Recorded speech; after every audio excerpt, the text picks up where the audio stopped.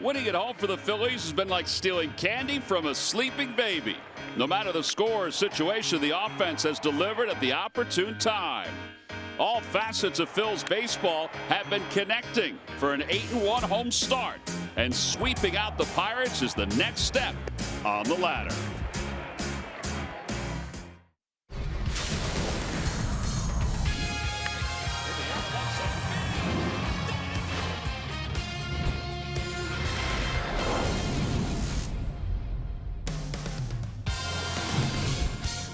Yes, the giveaway today is the Odubel Herrera emoji. It's a fantastic giveaway thanks to the folks at Tasty Cake. We'll even try to get some folks from the other side to come on our side to cheer on the Philadelphia Phils. Kingery and Hoskins both in the lineup today as the Phils take on the Pirates. It's Weekends with Schmidt presented by AT PHI Markets. How about that shot right there of Reese Hoskins? A beautiful pose. So far for the Phils, 24 hits against the Pirates.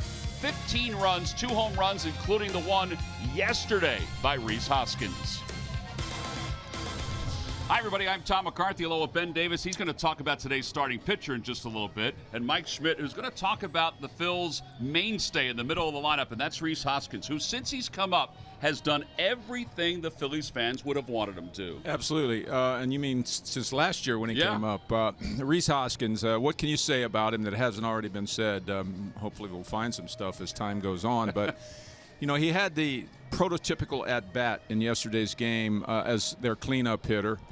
Down 2-0 in the game. The pitcher Brown on the other team was throwing a pretty good game. Well, when Reese came up there were 2 men on, and he came up because Odubel Herrera fought through a really tough at-bat against that left-hander and hooked a single, putting men on first and third. And Reese came up against a tough right-handed reliever, Felix, and battled through an at-bat. I think 6-7 pitch at-bat, fouled off a couple of 2-strike pitches to get himself to that home run pitch, and he delivered a 3-run home run. There's his numbers so far this year: 328, 4 home runs, 19 RBIs. All of these things are in the league leader category in our league, and Reese Hoskins definitely has, can we call it the it factor? The it factor. Well, you had it, so you can call anybody you think has the it factor. Well, that's what you need out of that cleanup hitter, guys. You know, he's been fantastic for the Phils. He'll be in the lineup again today, and they'll be behind Nick Pavetta, who really has been very refreshing for the Phils as a starting pitcher. He's been excellent, and he's starting to realize he just doesn't have to be perfect all the time. In his last start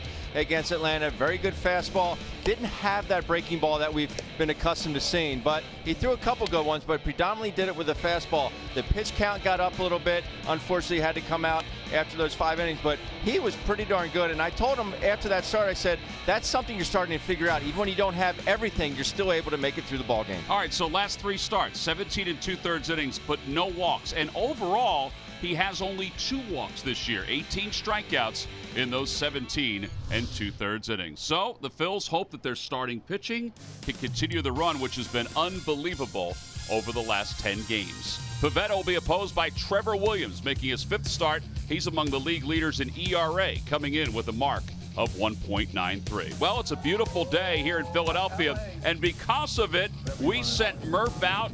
He was the tour guide for some of the Phillies fans. It was an outstanding start to our day. Lineups and first pitch when we return. Phillies baseball is brought to you by Xfinity, America's best internet provider, according to speedtest.net. By Toyota. The Toyota Camry, Highlander, and RAV4 have something for everybody. Toyota, let's go places. By Citizens Bank, official bank of the Phils. Visit citizensbank.com. And by Independence Blue Cross. Live fearless. Learn more at IBX.com.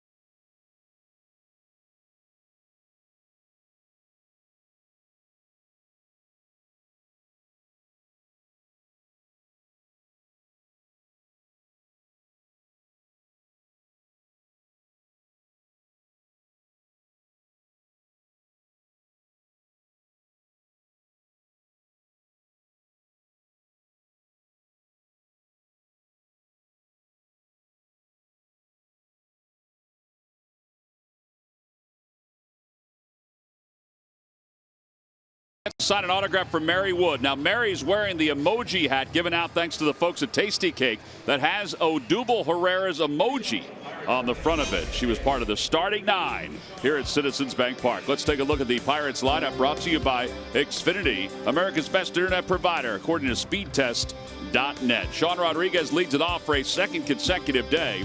And then you slide all the way down to the number 8 spot, and Elias Diaz will start behind the plate for the Pirates. The bullpen was a little tardy today for the Pirates. The game was getting underway, and they were just strolling out, enjoying the sunshine. And everybody was waiting. There's Pavetta's numbers 1-0 with an ERA of 2.49. The first pitch of the day. Ground ball foul. Well, that's not a shocker after yesterday. No, it is not. Nick Pavetta, who's hit about 94, change curve slider. They've won the last 8 starts that he has started a ball game. He's been really good this season. I want to pitch out here. Yeah. Throw it in the dirt, something. Curve ball. 0-2.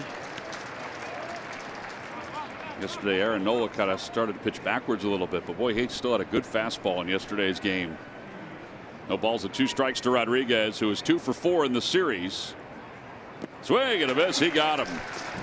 That was the slider. And 1 out. That was nasty. Good bite on it. Well, correct me if I'm wrong, though, Ben. Was it a slider or a curveball? I think that was a curveball. Okay. The curveball has just a slightly bigger hump in it. You can see he spiked that curveball there. Yeah, that's a curveball. You're right. Nick and I were talking about the difference between his slider and his curveball, and he talked about arm slot in some ways.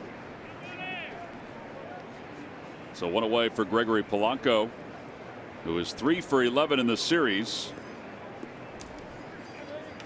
Overall hitting .208 with 5 home runs and 15 runs batted in.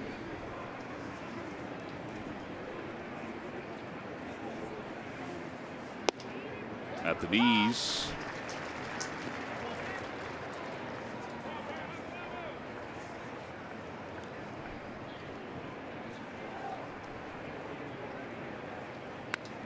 Back to the screen, 0-2. The Pirates have struck out 32 times in the first 3 games and 2 batters, or 1 batter in this series. It's a credit to the Phil starting staff, but also to their relievers. Now the 0-2 pitch outside. That's an average of 10 strikeouts, obviously, per game, which I think any staff would take. For sure.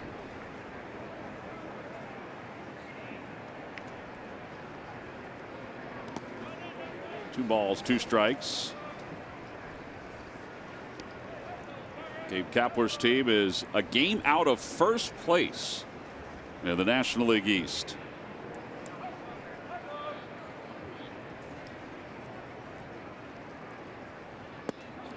Oh, that's an awfully close pitch. 3-2. Mike, how was it down on the field today? Bright sunshine, comfortable, huh? Yeah, it was. A lot of friends came from Florida, people who are involved with the Richard David Kahn Foundation. We're invited up. Got some photos throughout the first pitch, if you want to call it a throw. The old right arm hasn't much left in it. Well, it is gorgeous. 63 degrees, very little wind, which is, I think, a huge factor. 3 balls and 2 strikes to Polanco.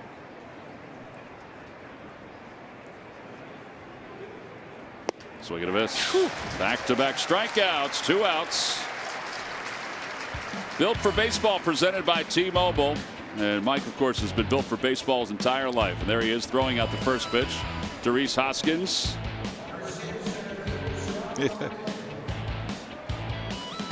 Mike, you think you'll ever be able to get back to the mound? No.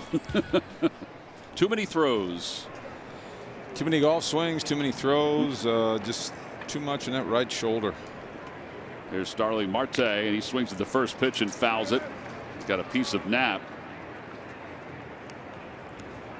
And it's no balls and 1 strike. It'll wake you up.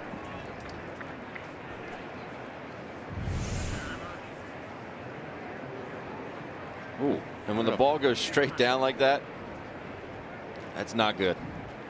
You see, just kind of get. I mean, that will wake you up. Hit him square. Wow. I do not miss that one bit. Outside, 1 ball and 1 strike. Like if a normal person put a mask on and got hit like that, how would they feel? Just not good. That's not used to it. Not good.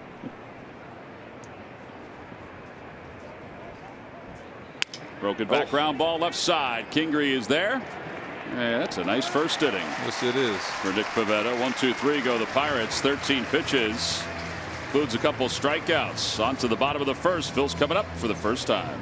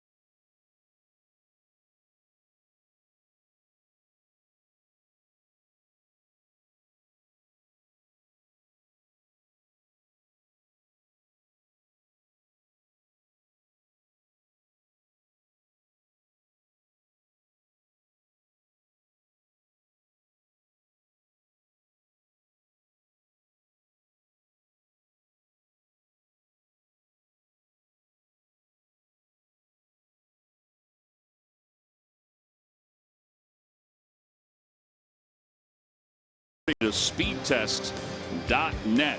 Well, the top 4 is the same. It includes Hoskins at the cleanup spot. Kingery starts over at third base today, and J.P. Crawford is back in the starting lineup, and he's batting 9th. And they'll face the right-hander Trevor Williams, the 25-year-old who was a former Marlins draft pick out of Arizona State. Benny's got a 1.93 ERA, which is good enough for 7th in the National League. And he's been stellar on the road. You see that right there, 2-0 with a .75. What he's done, he's kept the ball in the yard, only giving up the 1 home run this season. Not a ton of stuff. He pitched the contact. Phillies just have to make sure they elevate against him.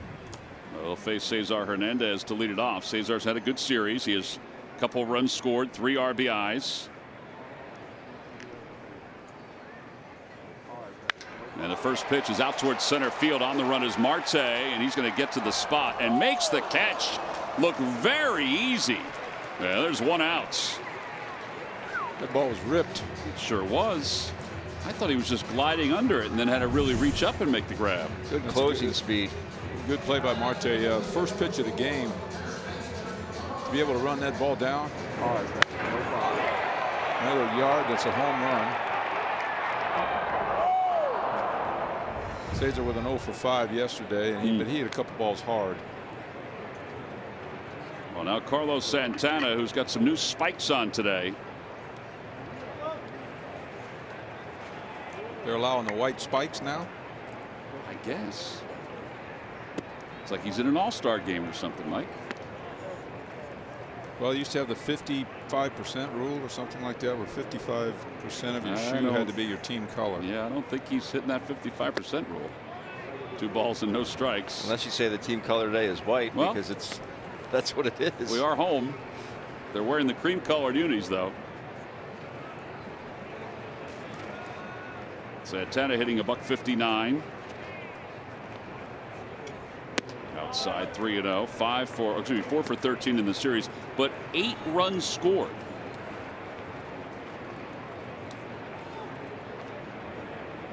He hit batter yesterday, 2 walks. Low. No, it was not low. 3-1.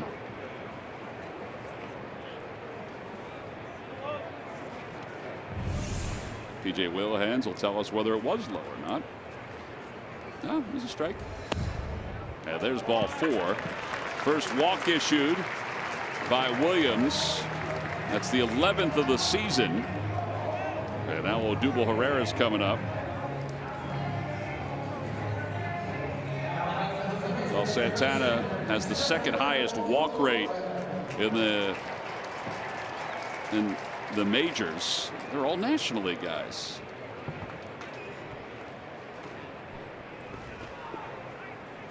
That's not just this year. That's just current players. Well, that's one of the reasons they liked him in the offseason, is his on-base percentage, his ability to get on. I think that's probably the main reason that he's not hitting behind Hoskins.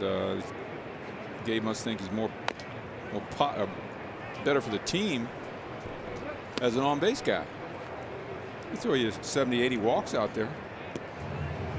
Yeah, in this series alone, Santana's on-base percentage is .615. Now that's going to even go up even more, thanks to the walk his first time up. The two guys behind him can move him around, that's for sure. Odubel is being honored today with the giveaway, the emoji hat, thanks to Tasty Cake.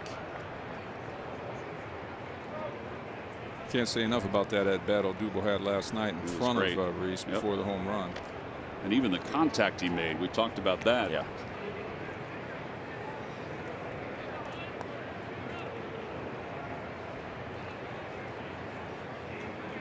I don't think Carlos is going anywhere with that lead, but yet they picked over anyway. Good looking lid. Saw a lot of the kids today. They were enjoying getting them. Outside, 1 ball, 1 strike.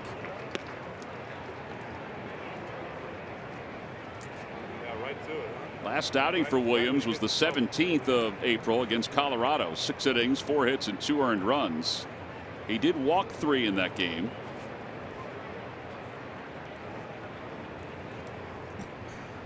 One ball, 1 strike to Odubel. Off the hands, popped up off the third base line. Moran. And 2 outs. And here comes Reese Hoskins. Reese provided us with our Toyota turning point in yesterday's ball game. As Mike said in the opening, he said, you know, I took a couple really good pitches and fell behind 0-2. 0-2, but you know what? His batting average at 308 with 2 strikes. Pretty nifty handoff there by Flores back to Hoskins. But that is your Toyota turning point. But his ability to do that, and that's because we talk about he just doesn't change his approach. It is so consistent. Phillies as a team are hitting 157 when they have 2 strikes, all 2 strike counts. If you wondered if that's good or not, it is. You know, it's hard to get hits when you're down 2 strikes. The all-time leaders in Phillies history in 2-strike hits. The number 5 guy is Odubel Herrera at 229. He's got a 229 career average with 2 strikes. The leader is Placido Polanco, who had 2 different stints with the Phils. Very much known as a tough 2-strike guy. In fact, he had some league-leading low strikeout numbers for several years. 1 ball and 1 strike to Hoskins.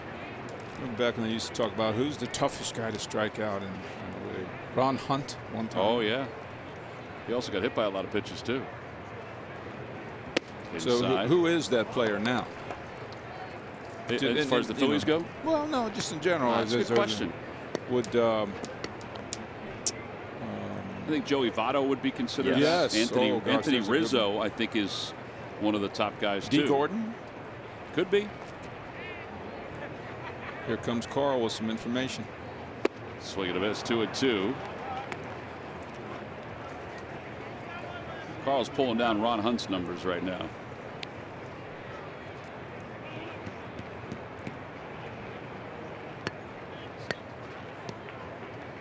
Two balls, 2 strikes, 2-strike hits. The National League leader is Herrera. Leaders are Herrera and Hoskins. Yeah, Ron Hunt only struck out 380 times in 5,235 at-bats. Swing and a miss. Remember back then when they had the big old handled bats and choked way up on. Well, Hoskins goes down on strikes to wrap up the inning. We'll go to the second. Scoreless game.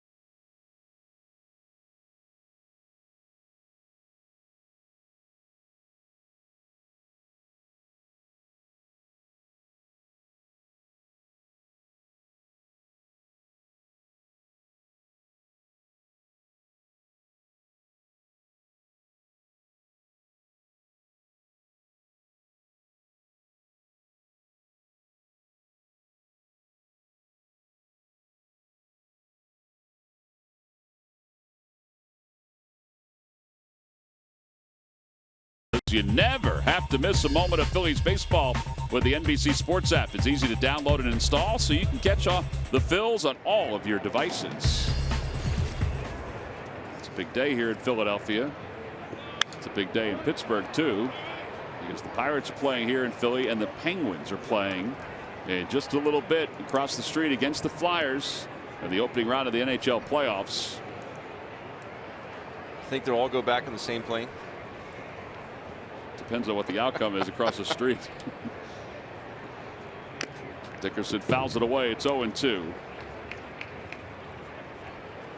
Dickerson hitting .306 with a home run and 12 runs batted in. He had 2 hits yesterday. It was his 7th multi-hit game.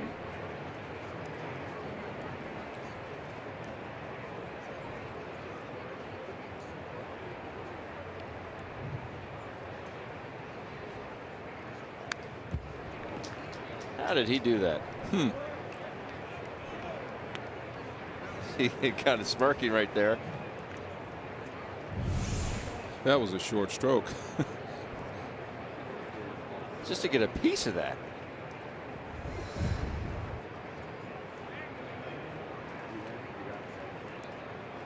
That's a guy that's not over swinging to hit that high fastball like that. He can just. You can get the bat to the ball if you're not tight. Kingery makes the play on the foul pop and 1 away.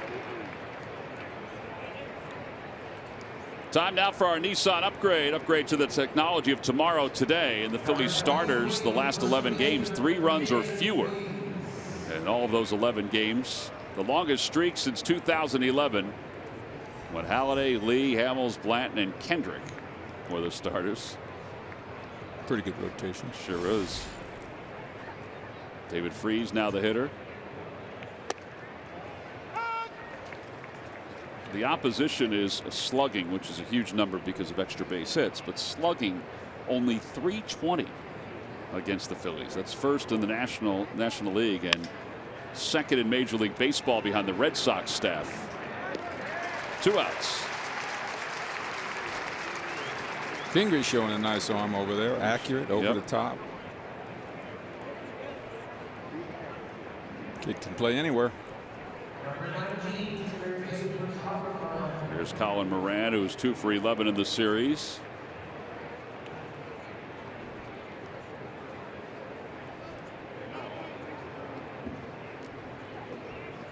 Overall hitting .288 with a home run and 9 runs batted in.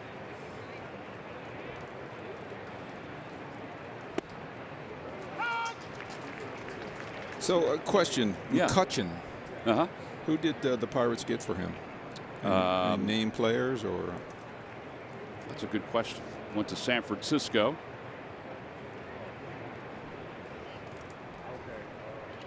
You can have some time to answer that.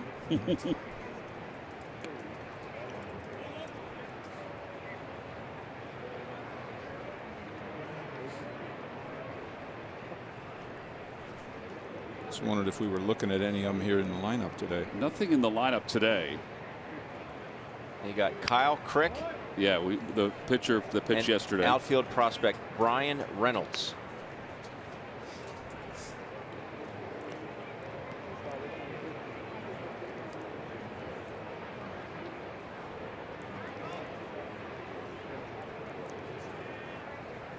One ball and 2 strikes.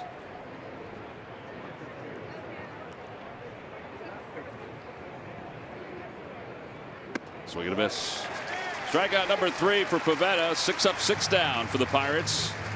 We've completed our first 2 innings. 23 pitches through the first 2 for Pavetta. We'll move on to the bottom of the second. It's the Phillies nothing and the Pirates nothing.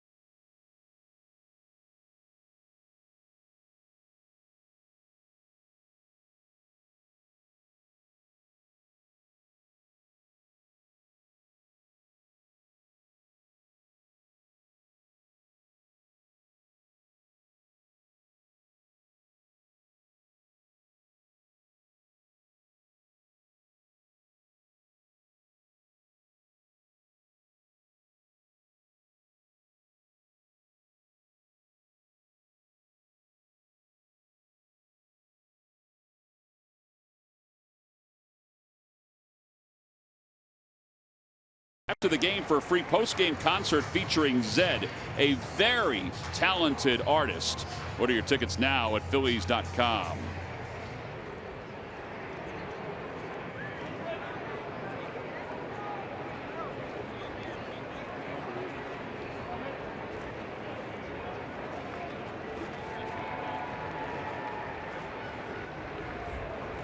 Here's Nick Williams to lead it off. Williams pulls it up the first base line.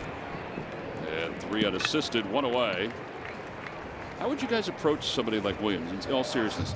Because he's not overpowering, but he keeps the ball in the yard. I mean, if it's a good pitch, you're going after it early. I would just make sure it's up in the zone and not try and pull him. That's exactly what Nick tried to do, was pull him. That's what he wants you to do. It's exactly what Williams wants you to do. Well, I'd try to level out his plane. Obviously, I don't like that big wild uppercut. I think he's got good actions other than that. It's kind of a hitter that falls back a little bit when he swings. He gets on his backside, and his front shoulder gets higher than his back, and up and roll over. Too much. Very impressive. And things are mechanically right. Got some power. Going to be a great player as time goes on, but he just needs to make some adjustments now. I think it's a good time for him to make adjustments.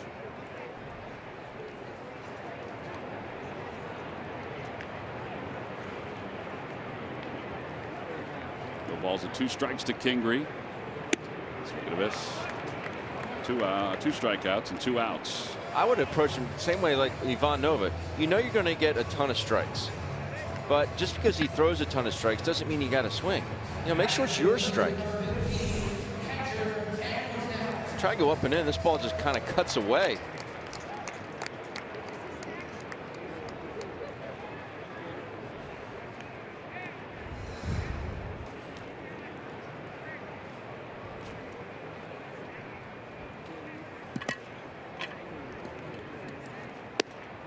Pitch is in there, 0-1 to Andrew Knapp. 0 for 3 in the series so far.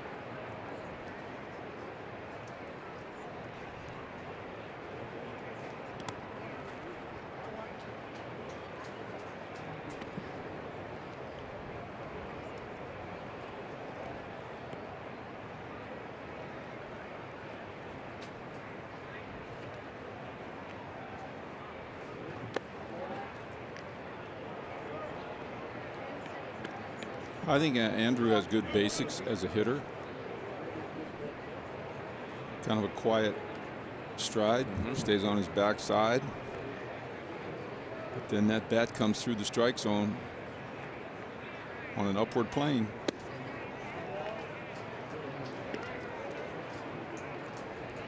I think of all the hitters in the Phillies lineup, I think his swing is noticeably different. Even from his on-deck swing to his game swing, he definitely has a little more lift in his swing.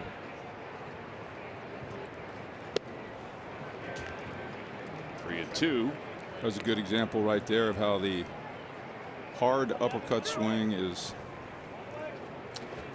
I don't want to say the word I have in my mind, but ball up in the zone is just can't handle it.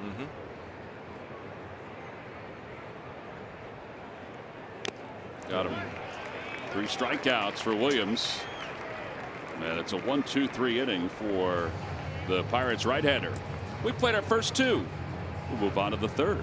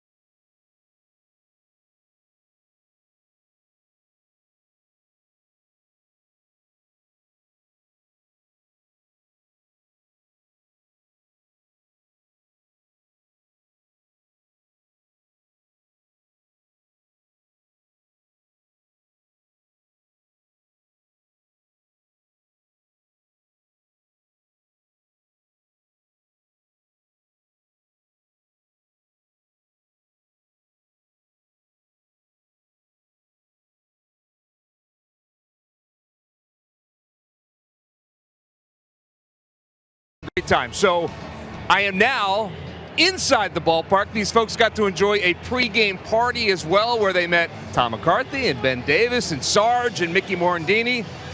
And here we are. We having a good time or what? You talk about authentic fans. We've got them right here. Everyone having a good time. Section 144. We were out here behind Reese Hoskins and watching the game and hoping that the Phils can sweep. Oh, and we've got a special guest, too. Right on cue, Murph.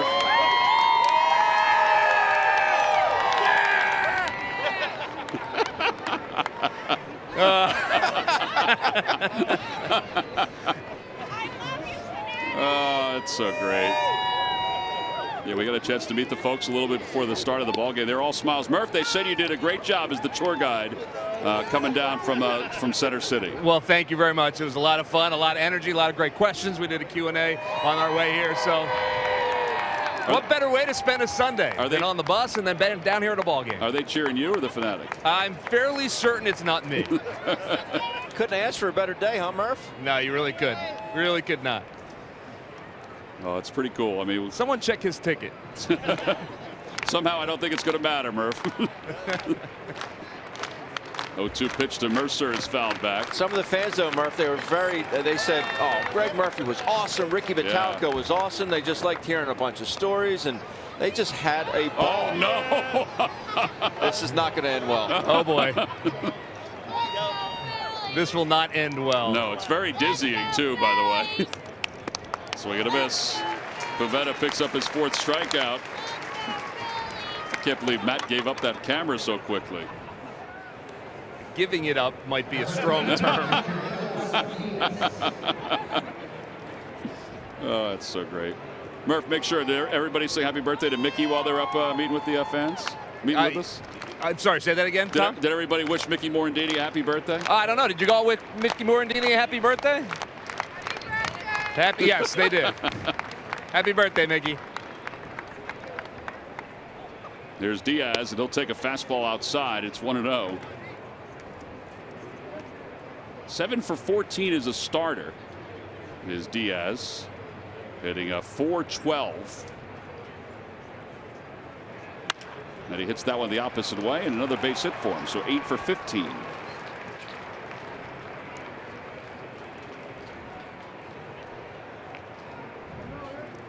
Any production you get out of the backup catcher is just really a bonus. We know what he can do defensively. Throwing out 8 of 22 base runners, but the guy that can swing it as well, that helps. There's Williams. Williams 1 for 7 with 3 strikeouts. No sack bunts so far this season. The Pirates staff only has 2. And it's 0-1.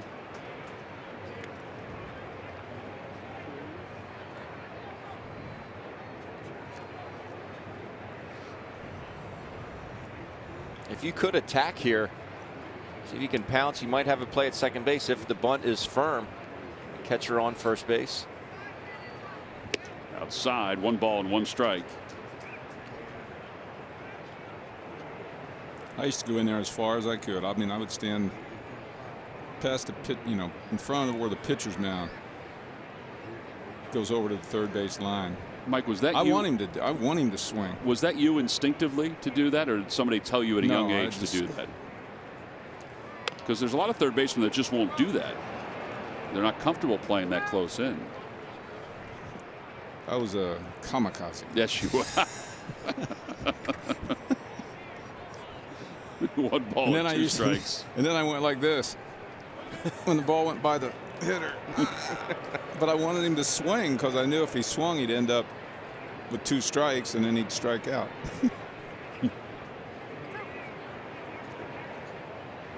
That's the other thing, playing on the turf. If they bunted to firm, you could have a play at second base. Yeah. Tries to bunt again. He jabs at it, and they throw behind the runner at first. They're going to double him up. Well, that did not go well for the Pirates, but it certainly did for the Phils. 2-4 on the putout at first, a double play, and we'll move on to the bottom of the 3rd.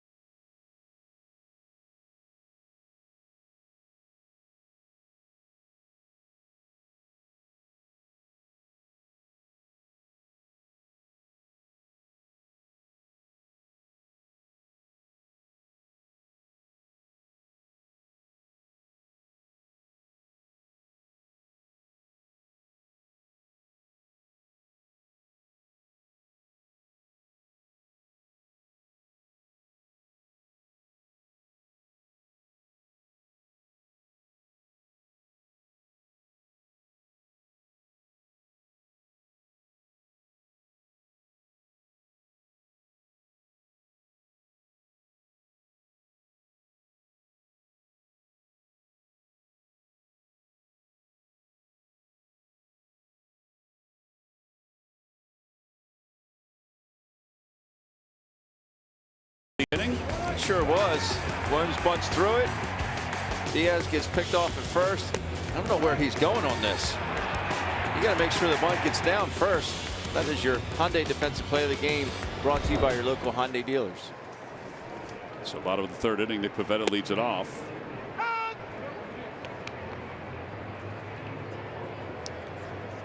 About a quick explanation. I know you guys know behind hitting the pitcher eighth.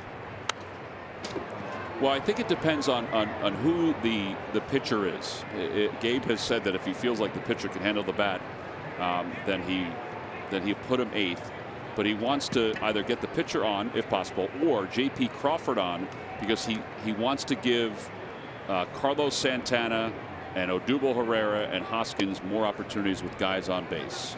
So he figures first time through the order, and this is not the total explanation, but it's part of it. First time through the order. Let's say if Crawford gets on, that means Cesar gets a chance to bat with somebody on. That means there's a chance that Santana gets a chance to bat with maybe two guys on. That's the theory, but there's more to it, but that's part of the theory. Now we've done different research, and over the years when Tony La Russa used to do it, because he was one of the main guys that did it, that there was no real advantage. Right. Runs per game or anything like that. But more teams are trying it and have tried it over the last 7 or 8 years. So now with one man down, you know, if JP gets on, that means Cesar bats with a runner on. But you can also say that would be the case if JP batted eighth and the pitcher bunted him up to second base. Mercer in shallow center. Phillies baseball is brought to you by your local Ford store. Check out every new Ford car, truck, and SUV crossover at buyfordnow.com today. And by Geico, 15 minutes could save you 15% or more on car insurance. One of the best days of the year weather-wise. It's nice to be at the ballpark today. So technically, after the first round of the batting order, you know, you just had two leadoff hitters, Crawford and Hernandez. I think that's the theory. You got a lot of on-base opportunity prior to your 3, 4, 5 hitters. One more anyway.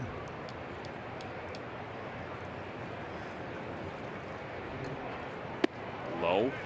2 balls, no strikes to Cesar.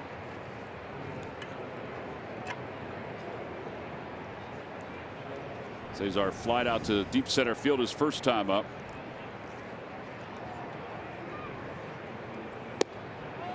And it's inside 3-0.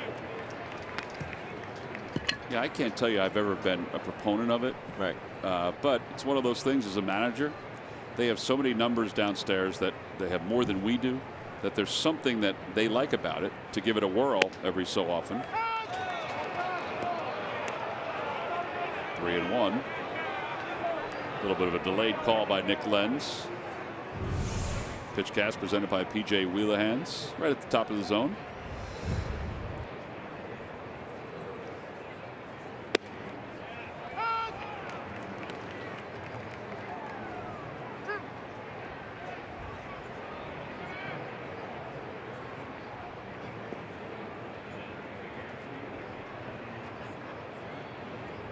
Inside, ball 4. Cesar a little hesitant there.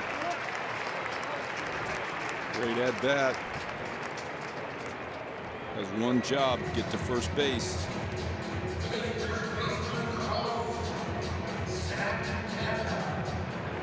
And now Carlos Santana.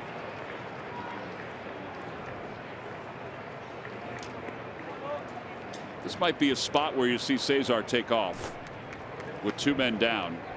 They do like to keep that hole, even though it's slight because of the shift, open on the right side for Carlos. And he's thinking about bunting over to third base. Love it.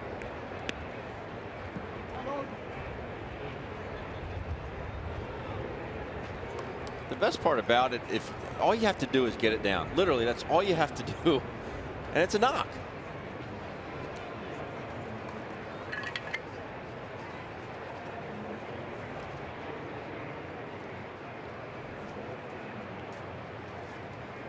And he does. He just gets it down. Williams off the mound, fires low. Well, you got to get it down a little bit farther. A little farther, I guess, yeah. So 1-3 on the putout.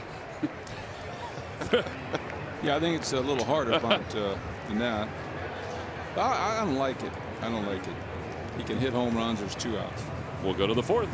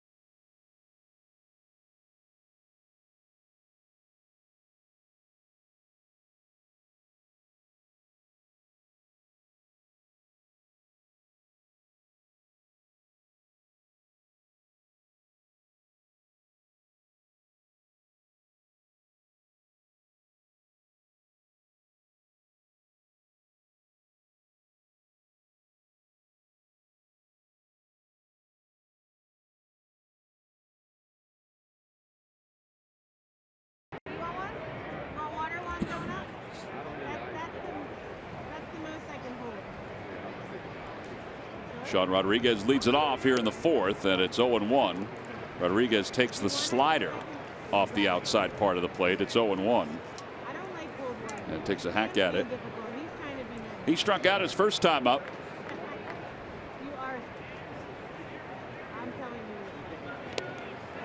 I would just keep throwing this guy sliders, right? Or curveballs.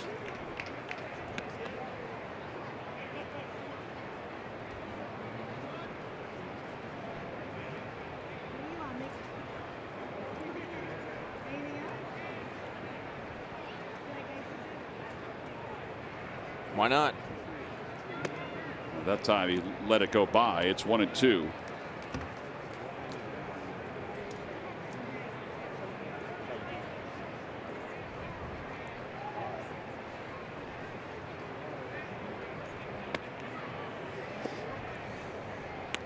think he needs to start those a little more in the strike zone. Right. And that's pretty much a ball out of the hand. Phillies starters have the top earned run average in the National League at 3.02. The 6th most innings pitched at 113 1/3 coming in. They've allowed 6 home runs, which is the least. I think that's a huge number.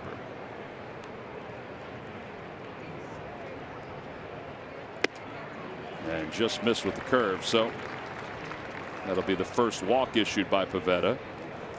Facilities products delivered the very same day. That's right. WB Mason delivers all the brands you need to keep your facility running, like Scott products that deliver superior value and an optimum balance of quality and affordability. All delivered for free by who? Who but WB Mason.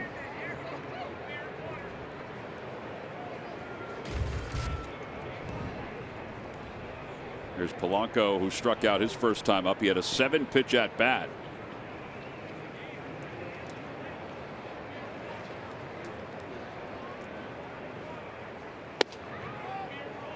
Pretty close pitch.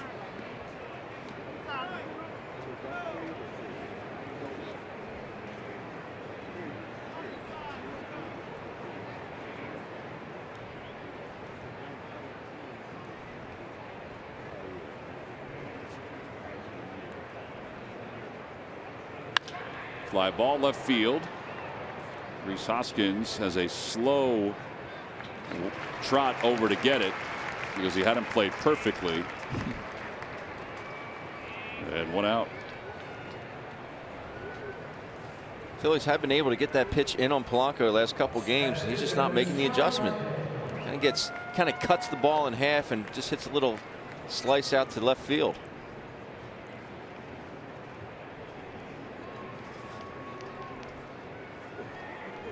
Starling Marte is grounded out to third.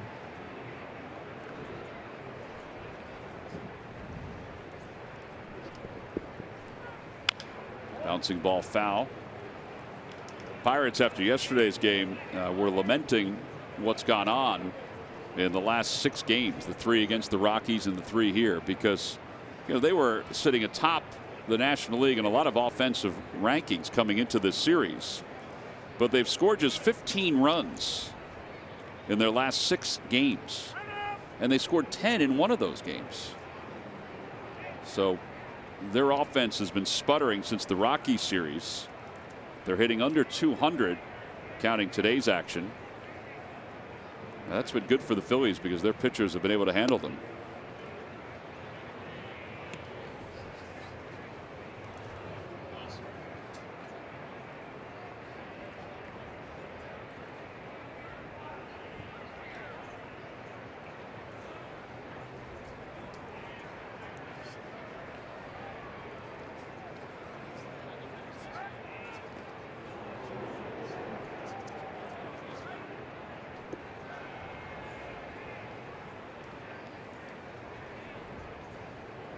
He's getting a good lead out there, Rodriguez.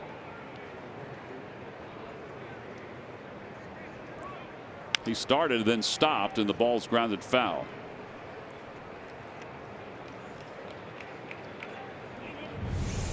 See where his lead is. He's been aggressive. He kind of just sputters here and just decides to stop. The old fake steal.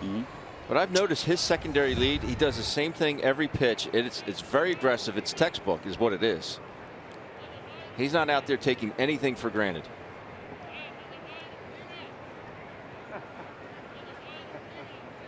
Swing and a miss. That's a good fastball. Great location. 5 strikeouts for Pavetta. 2 outs. Well, guys, it's time now for our GMC Precision Play of the Game. Murph was out with the folks who had a chance to come on the bus with him, and he forgot his phone. And then Dean, one of our camera operators, with the help of the fans, was able to locate it. Excellent work on Dean's part. He is a detective in his other life. Murph, are you going to have Dean follow you around from now on just to make sure you know where everything is? Dean's a good man. Fellow Holy Cross alum. Tell him not to touch my credit cards. Right? Can you just tell us your password? We want to make sure it's your phone. Sure. Yeah. It's T-Mac. Oh. Where are you, buddy? Section 225? That's right. How'd you know that, Ben? I'm gifted that way.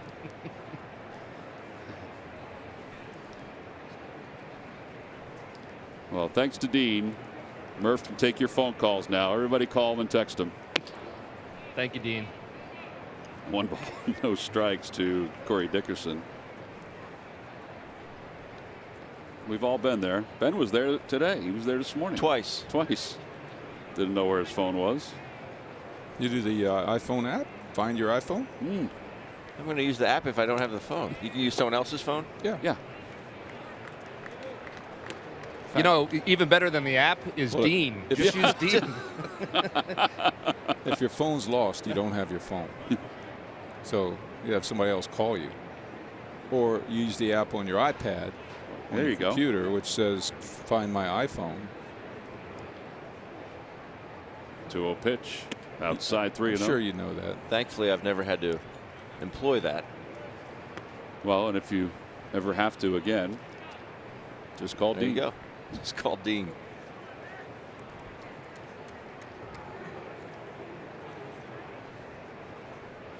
Dickerson popped up to third in foul territory.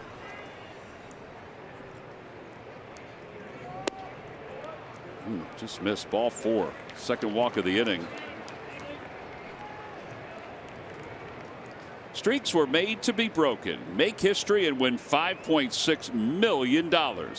Download Beat the Streak today. Thank you, Dean, for going back to work. He still has Murph's phone.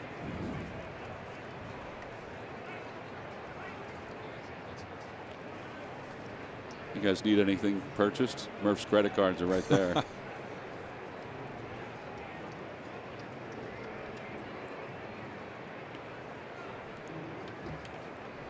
David Freese bounced out to third his first time up. Look out. Incoming. Wow. That ball, that bat coptered right into the Pirates dugout. Did you ever throw a bat like that? No. Neither. I mean, what? I didn't have wear a real gloves. loose grip on the bat or something. This goes right over Clint Hurdle's head. It doesn't even move. Look, it just, I know it's going to go by me. Oof. Is that Clint? No, that's not Clint. There's Clint. No, I never did that. Me either.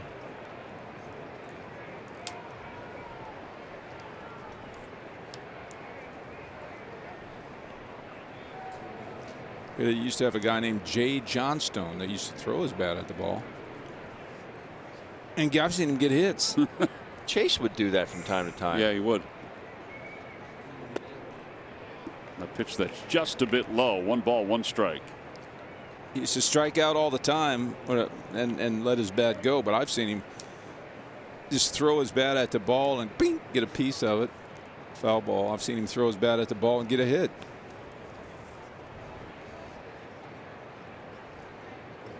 Curveball, 1-2. All right, let's see if Nick can put him away right here.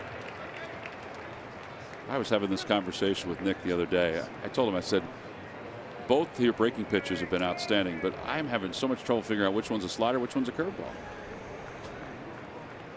Because their velocity is very similar. Yes.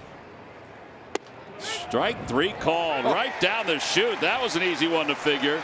95 right through the middle. 7 strikeouts for Nick Pavetta. We'll head to the bottom half of the 4th inning.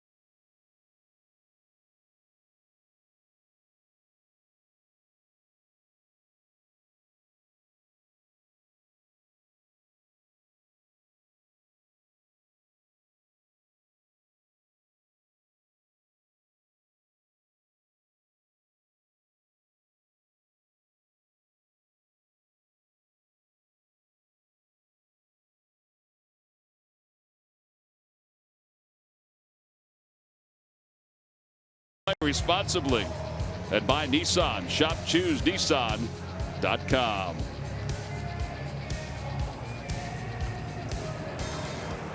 Well, during the break, we had a good time. We had Murph's phone, taking some selfies, loading up his camera slot. Keita and Matt getting in the shot. We worked it right around the room. Seriously, where's the credit card? I couldn't get it out of the slot. He's got too many in there. There we go. Odubel shows bunt. You know, you're not going to get very far with those credit cards. I'm just telling you that right now. It's worth a try. Feel free to pay the balance on them if you'd like. ROLEX.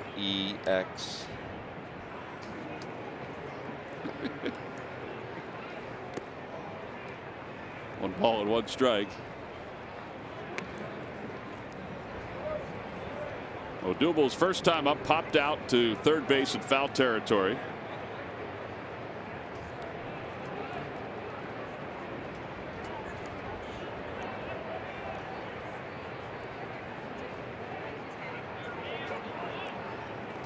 Outside, 2-1.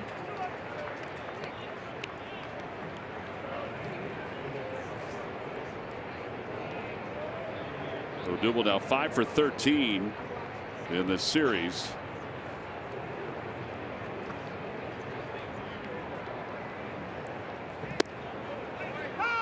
Two and two.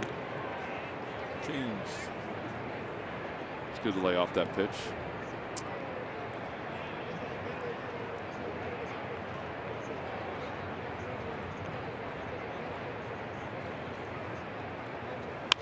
Slices it the other way, but right at Moran. So an out here in the 4th inning.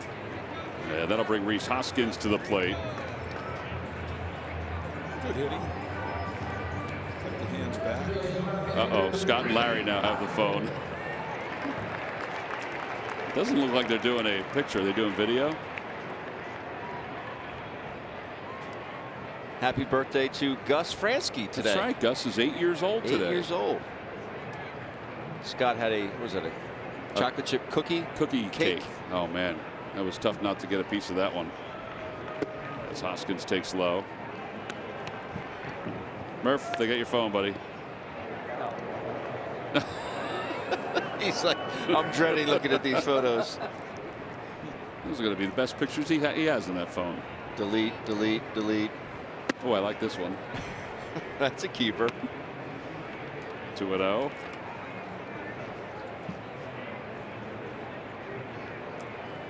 Well, this game's moving right along, folks. Yeah, it is. Both pitchers have done a nice job. Phillies do not have a hit so far. And another off-speed pitch, 3-0.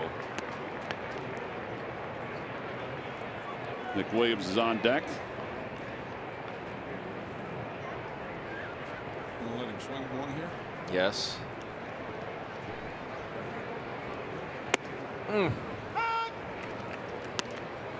Cutter. Cutter.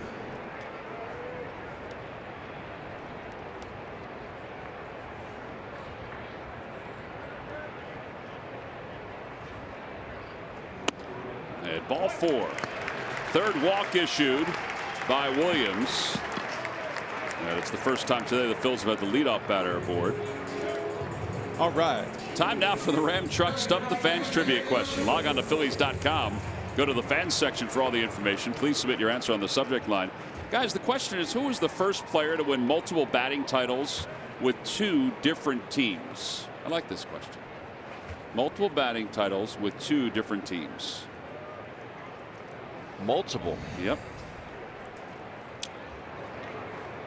I've had a pretty good record so far this year, if I may say so. I think I'm 3 for 3. Sounds like you feel pretty good about yourself after yesterday. I'll give you a hint, Mike. It's your era. And he has the right answer as he just wrote it down.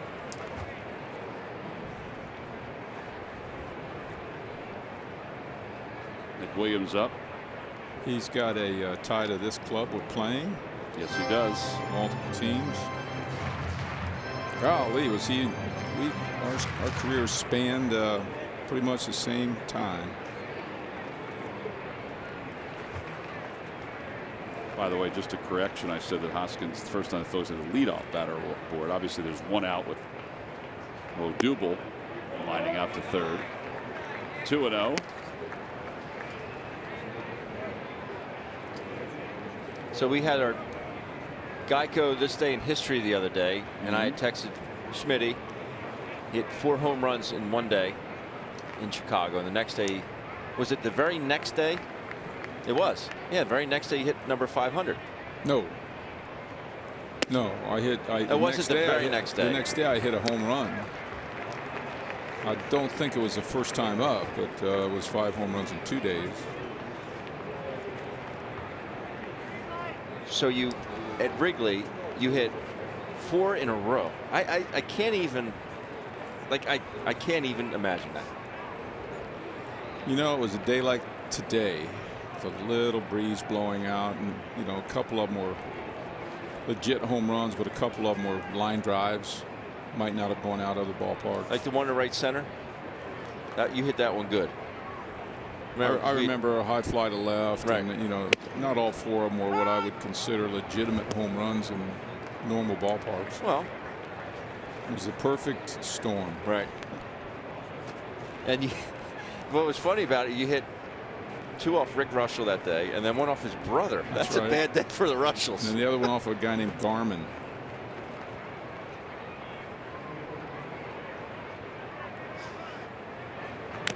One fouled back. It's 3-2. It had to be. You didn't homer off 2 brothers in the same game in another game, did you? You can think of? I mean, I can imagine 2 brothers being on the same team. Did Gaylord and Jim play on the same team? Who? Gaylord Perry and Jim Perry? No, I didn't. No, I don't think I did. Necros never played in the same team.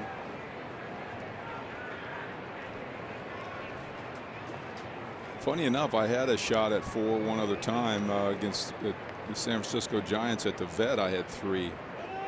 Runner goes, pitch is swung on a miss. Throw to second base is in time. Oh boy. And Hoskins is okay. And it's a strikeout, throw out, double play.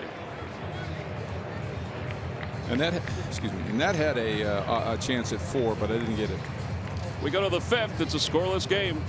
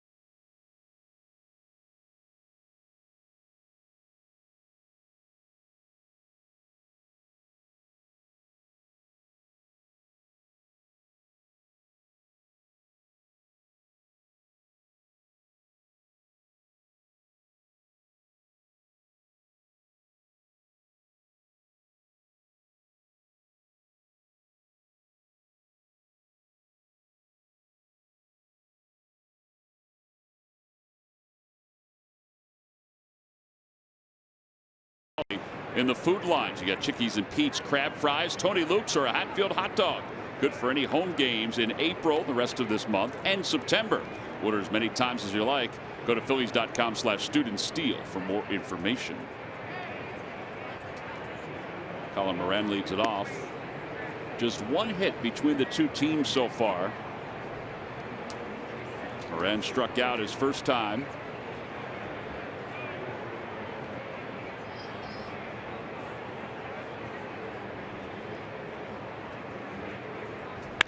Out toward left center field. Hoskins on the run, and with the lefty up, it slices right on back to him. Thankfully, Reese not showing any side effects of that. I wouldn't call it a slide, but whatever he's doing into second base. Everyone kind of held their breath there. There it is again. Just because right there. Let's see how his leg got caught. What, by the way, caused that? He started to slide, and the guy was right in the baseline. He realized that he was out by a mile, and it wasn't going to slide, but he had kind of already gone into it, and then he could have broken his ankle. I mean, that was. Ugh. Yeah, that was. Yeah, that's exactly right. When in doubt, slide. Yes. No balls and 1 strike to Jordy Mercer.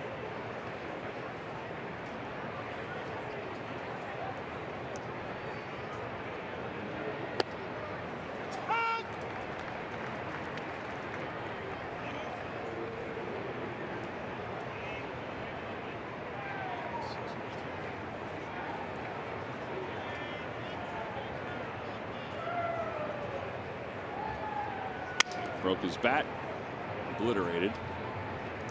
Well, that's good command, as they say nowadays. Pitch that pitch right on his hands.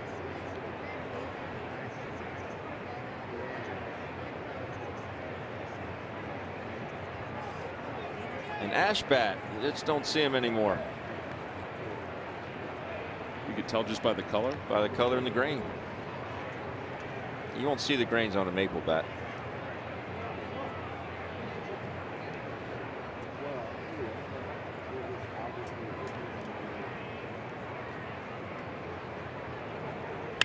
And he rips it down the left field line, and that's going to be in for a base hit. Jordy Mercer is on his way to second, and he'll get there with a 1-out double. So there's another question for you, Michael. Do you feel that you got better wood because of who you were than your teammates? Possibly. I worked for Adirondack, Rawlings Adirondack. Used their bats my entire career. And you get a dozen bats, you probably get 5 or 6 that are real, real beauties. Right. Nice grain, because we had to deal with grain back then. The maple bats don't have grain. Right. So we had to do a lot of boning, they called it, yeah. where you bone your bats and sand your bats. And we were always taught that the wider the grain, the better the bat. If you get bats with real wide grain. Right. Now I will say, I ordered my Louisville Slugger contract. I would order the same finish as Tony Gwynn. Tony's bats were, the grains that he got, somewhere were like 5-6 grains. That's how wide the grains were on his bat. They were like pieces of iron. And explain to everybody that closer to the grains. It's like the rings on a tree trunk. Right. Right. So the closer. That ball's hit well. Deep to left field. Hoskins going back, and it is gone. That was a curveball. And Diaz picks up his 2nd home run of the year. And it's 2-0 Pittsburgh. We're going to find another place for him to play.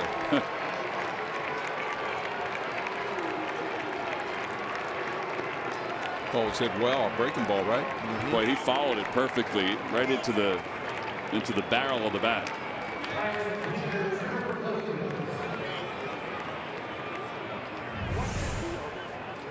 There it comes. He stays that shoulder in there good. And, waits on it, compact through it. Kind of broke right into his barrel. Backed up. And Williams takes strike 1, 0-1.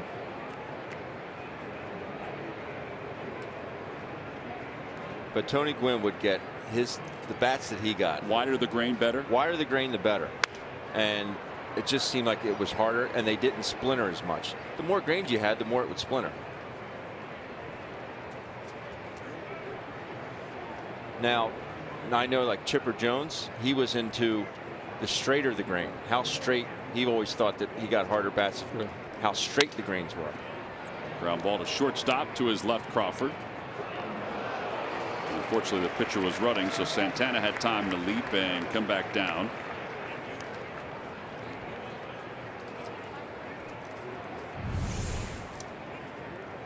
Diaz, when he makes contact, his back foot's lifted up off the ground. A la Bryce Harper. Yeah, we were talking about that today with Bryce Harper. Mm-hmm. Pushing off that front leg so hard. It's like Tiger Woods' tee shots. Or Justin Thomas. Both their feet come off the ground at impact.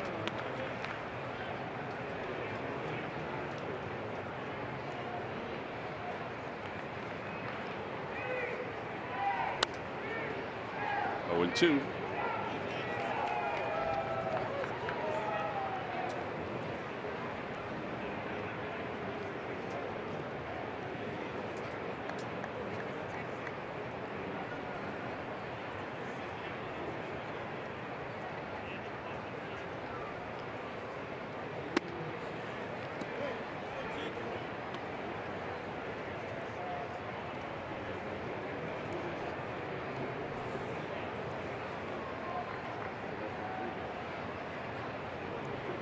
in the dirt. 14 pitches for Pavetta in this inning, and only 2 are out of the strike zone. These last 2.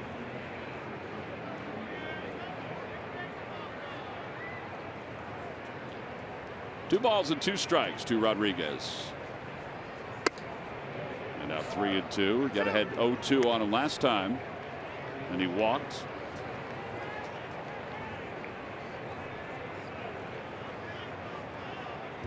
Nick has issued 2 walks so far. Staying here.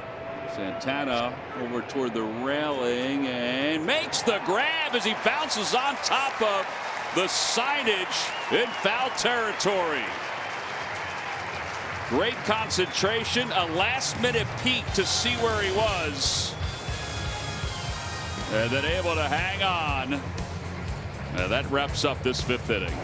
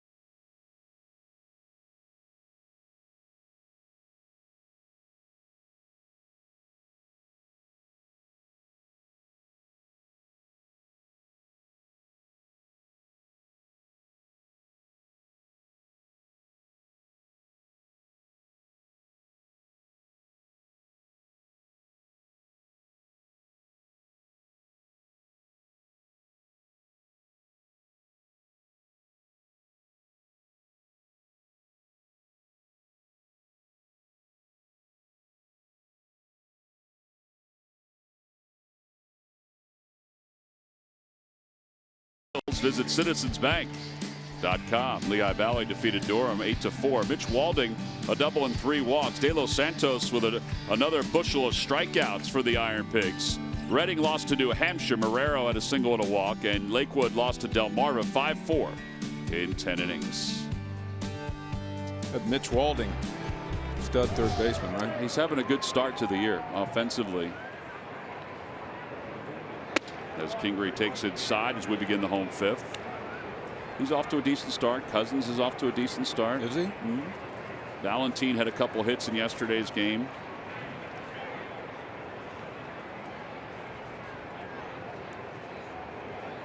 Curveball lifted in the air, left field. Long run for Dickerson toward the line, foul territory, and he climbs, and it's out of play. Just out of play by about a foot.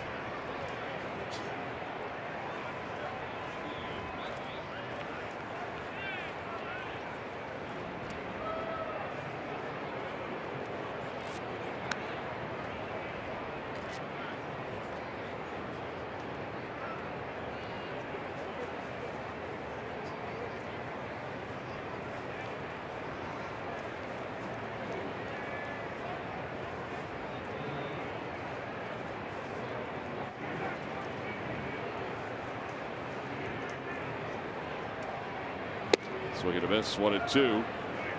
Well, he's got some good movement on that pitch.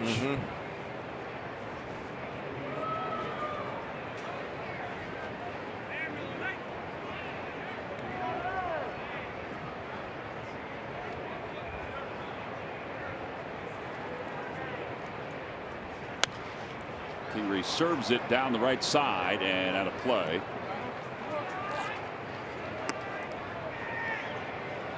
Watch this catch by Santana. All you got to do is talk to it, right, T-Mac? Stay in here, ball.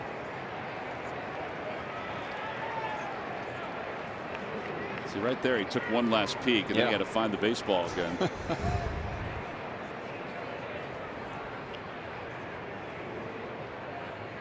Thank goodness those tri-visions into foul territory are padded. Watch it with a little help from StatCasts. Pretty direct route. 92 feet. It's a good bit of information right there. And a liner out towards center field. Marte. That ball was smoked too. Yeah, such a good sound. Second one today. The first one was by Cesar in the first inning. I tell you, you play a team that can hit, a team that's hitting well. They'll make a lot of hard outs. I mean, you just got to plan on it. I remember playing the Pittsburgh Pirates back in the day, '79. God, those guys can make some hard outs. Just part of the deal, man. They hit the ball and they hit it hard. A lot. Andrew Knapp struck out his first time up. Big difference in a lot of rollover ground balls. Oh yeah. And, pop-ups. And these boys are going to hit some line drives.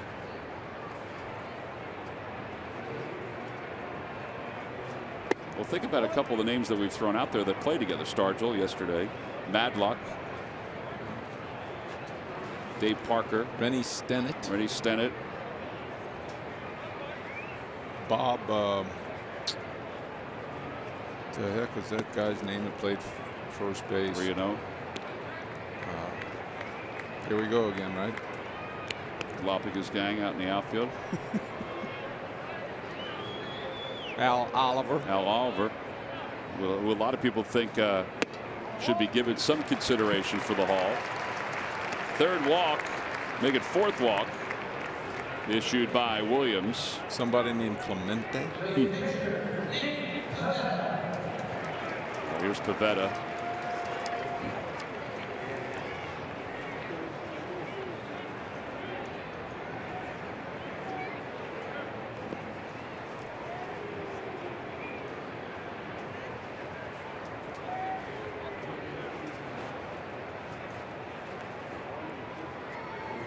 Outside, 1 ball, no strikes.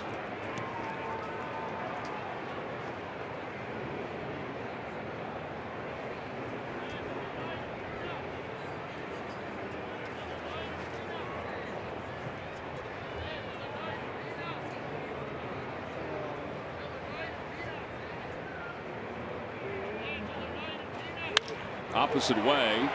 On the run is Polanco, and he's not going to get it. It's a fair ball. It'll kick around the corner, rounding third, heading for almost Knapp. The throw by Rodriguez, not in time.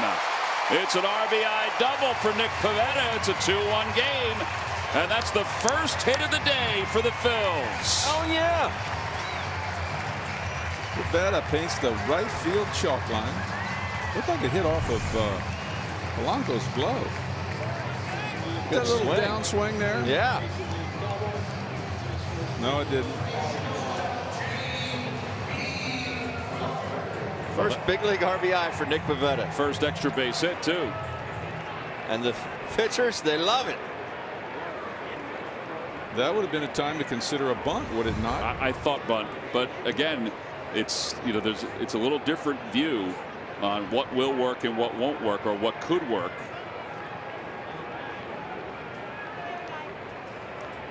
J.P. Crawford popped out to short.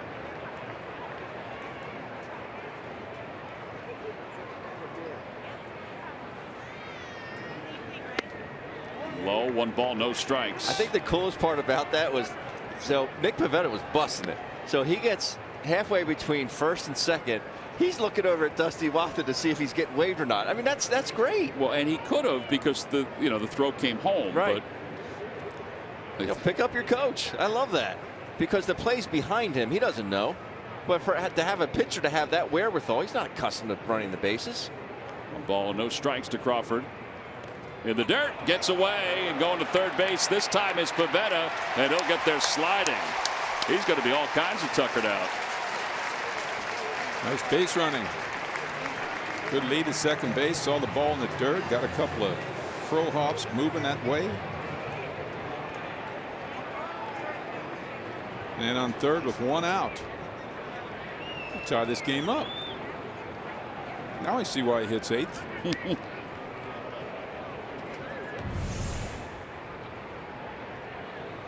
Decent secondary.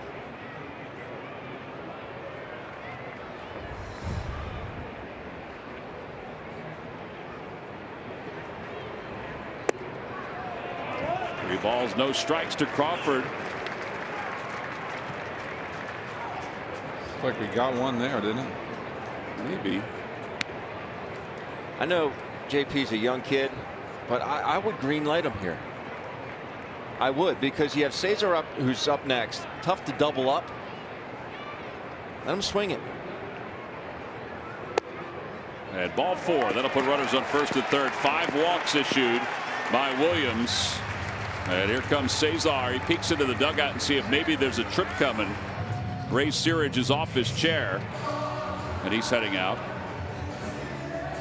This will give us a chance to give our Ram Truck Stump the Fans trivia quiz answer. The question was, who was the first player to win multiple batting titles with 2 different teams? Michael, what do you got? That'd be Bill Madlock. Yeah, Bill Madlock won 2 titles in '75 and '76 with the Cubs, and then with the Pirates was able to win a batting title. Log back on to Phillies.com to find out if you're the winner of a Phillies prize pack. Also played for the Giants.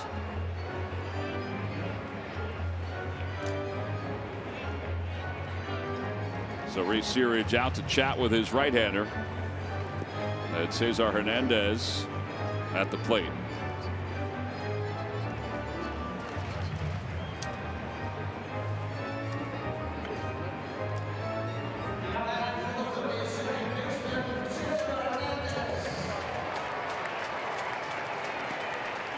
Cesar 0 for 1. He walked his last time.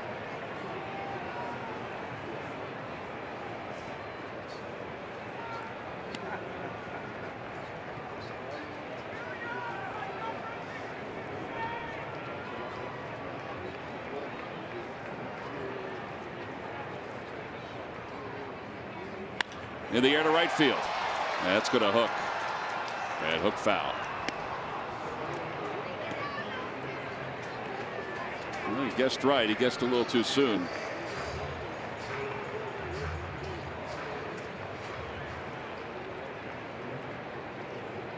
Phillies, look at all those opportunities they've had in this series with runners in scoring position. 10 for 29.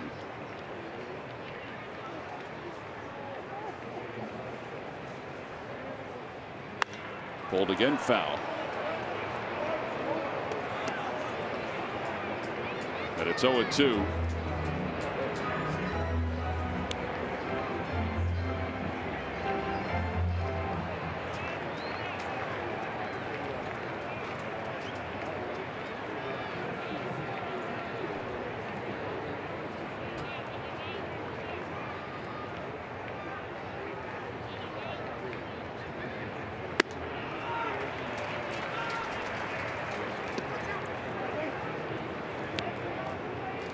I really like that high fastball totally out of the strike zone. I think it's a waste of a pitch. Just to show them? Yeah, just shoot something at the outside corner, a little off the plate, or just a token fastball. Pop foul.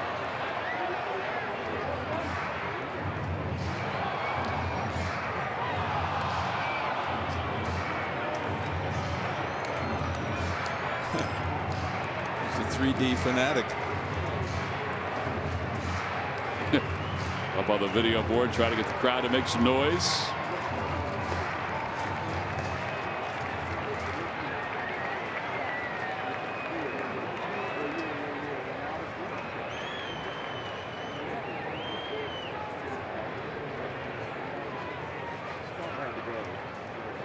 Outside, 2-2.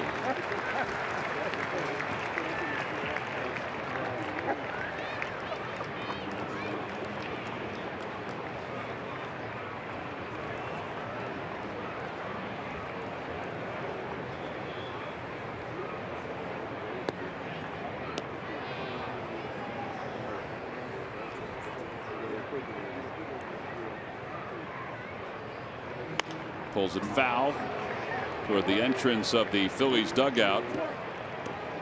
John Maley was in the wrong spot and nearly got hit.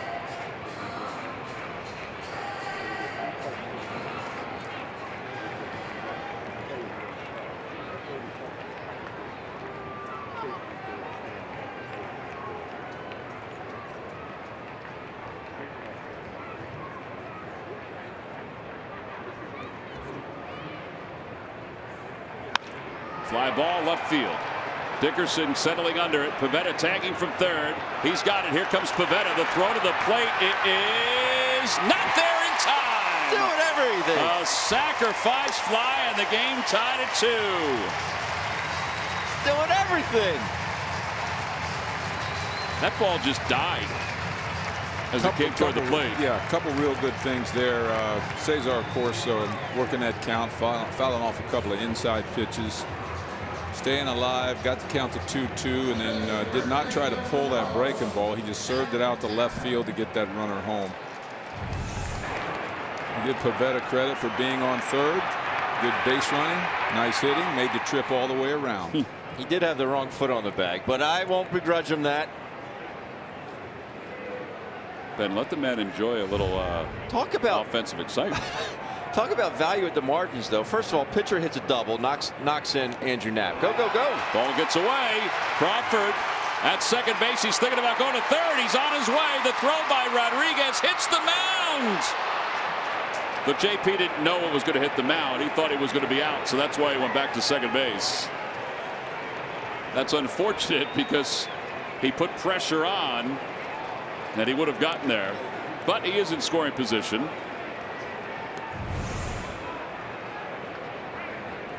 Ball just gets by Freeze. I don't know why he just didn't catch it.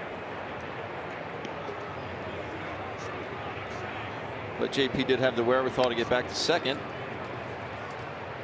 He would have made it to third, but he's still in scoring position.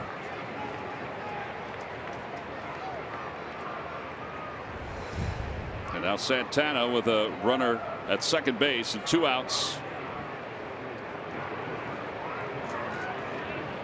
Outside. But the value at the margins, you have a pitcher that hits a double, knocks in a run, goes to second base. He advances to third because he has a good secondary lead and reads a pitch in the dirt and advances to third and then tags up. I mean, that's, first of all, he's helping his ball club. He's helping himself, but doing the little things.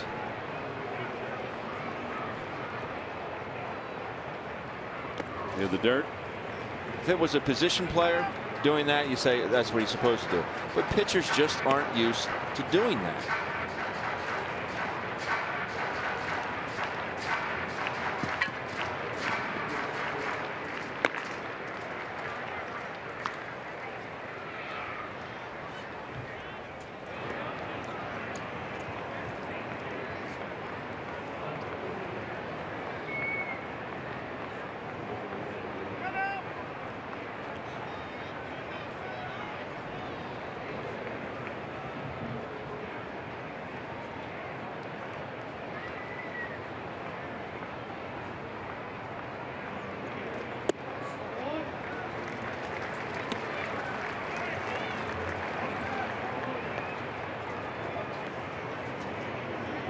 JP at second base with 2 outs. The count 3-0.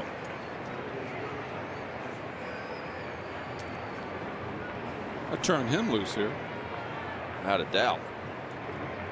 I don't think guys nowadays like hitting 3-0.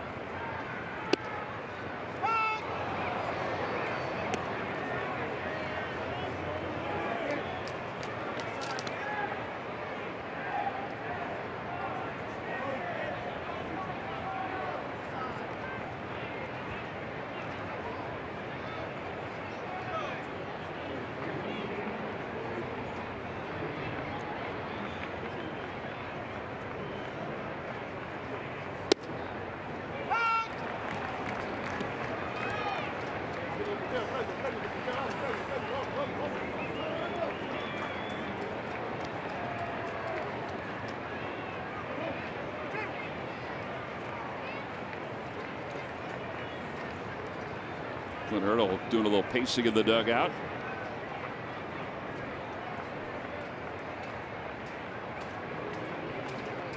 Swing and a miss.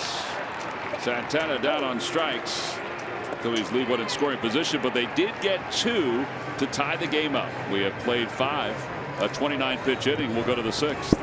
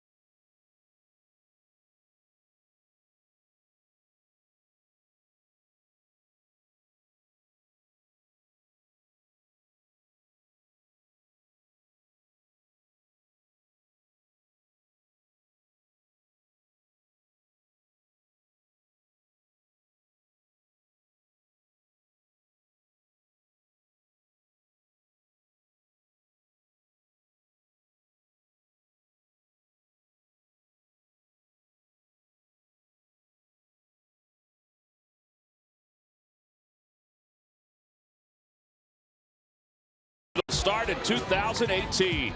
Out of the bullpen, Victor Arano took the mound for the first 3 weeks of the season and retired all 22 batters he faced. The 23-year-old rookie from Casamaloapan, Mexico, pulled off a 1-2-3 inning on 3 pitches. He did it against the Braves, becoming the first Phil to do so since Jamie Moyer performed the task in 2010.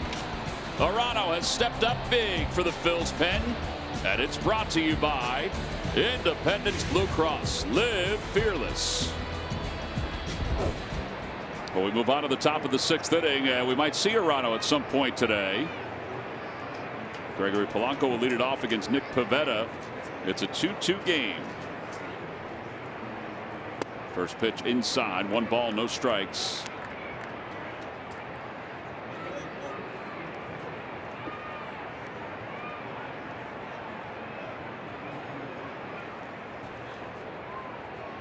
Swing and a miss. Pretty good changeup.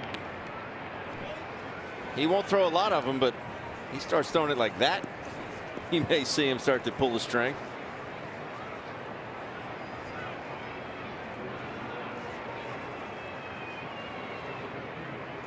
Inside.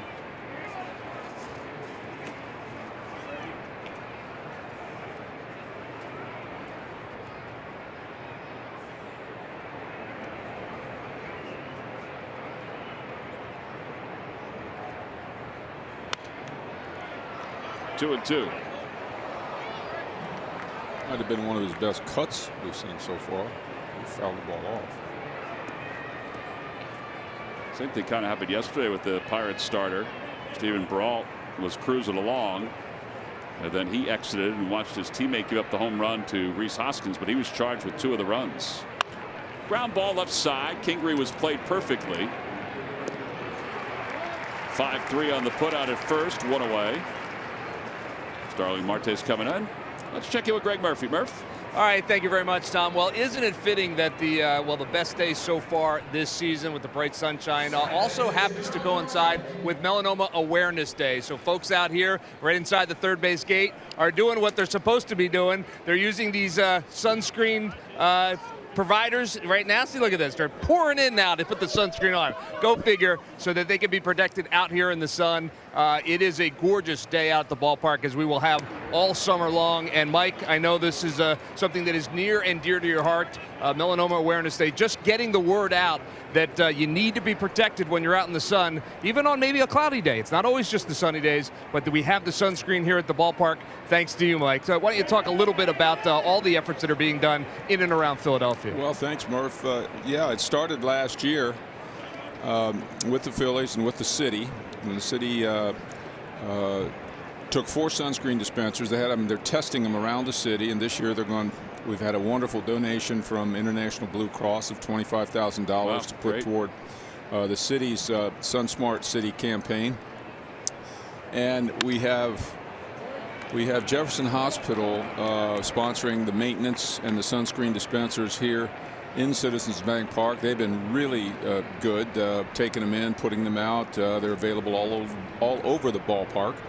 And we will raise significant dollars today with half of the 50-50 raffle coming to us. And we have about 15 or 20 people who have donated significant dollars to come to a Q&A following the game today with Larry Bowe and myself and you, Tom. Yep. I might add. Looking forward to it. That's a nice thing. So it's continuing our passion to create an awareness of skin disease, early detection, education in the school systems, and obviously protection, sun protection, using sunscreen, hats, sleeves, all the kind of things that I'm wearing now on the golf course, and saving lives through awareness and education. And Richard David Cotton Melanoma Foundation is behind it, and it's a wonderful organization based down in Palm Beach, Florida. A lot of the people from the foundation are here today, and we thank the Phillies so much for allowing us to do that here. They're a wonderful, wonderful partner. Yeah, there's the website down there, melanomafoundation.com, if you want to find out more information. I know Ben practices it with long sleeves all the time. I have to put on sunscreen every morning and put it on again later on in the day, particularly if I know I'm outside.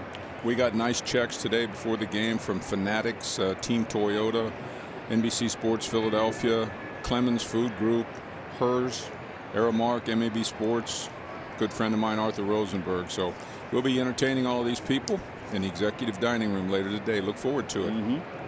2-2 is whacked toward the hole. Base hit for Marte. And he's aboard with a one-out single. Yeah, that'll bring Corey Dickerson to the plate.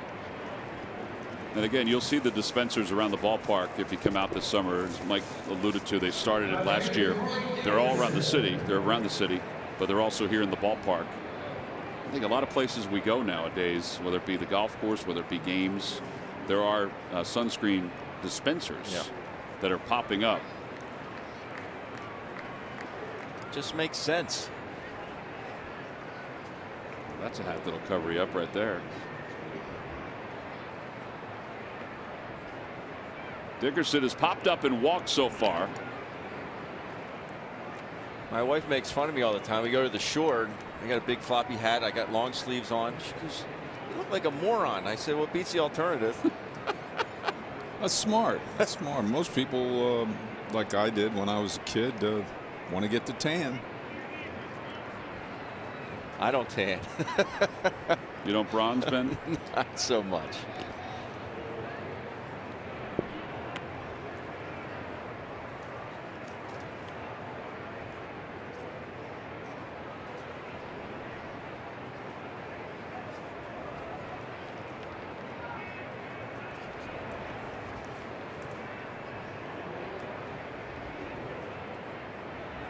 That one's pulled foul.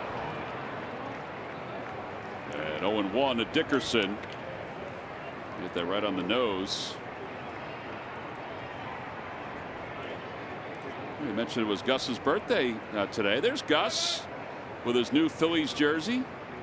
Happy birthday, Gus. He's got his emoji cap on.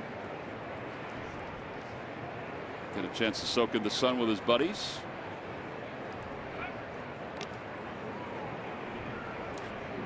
Gus had a big RBI yesterday in his coach pitch game. Yeah, just with a ground ball to second, right? Yeah. He drove in the tying run, and he wanted a hit, but he got the RBI.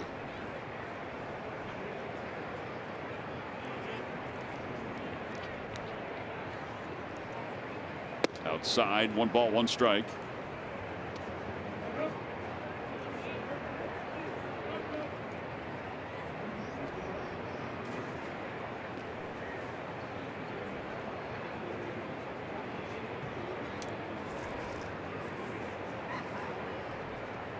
Runner goes, pitches hit out towards second, caught out of the air, and the inning is over. Double play.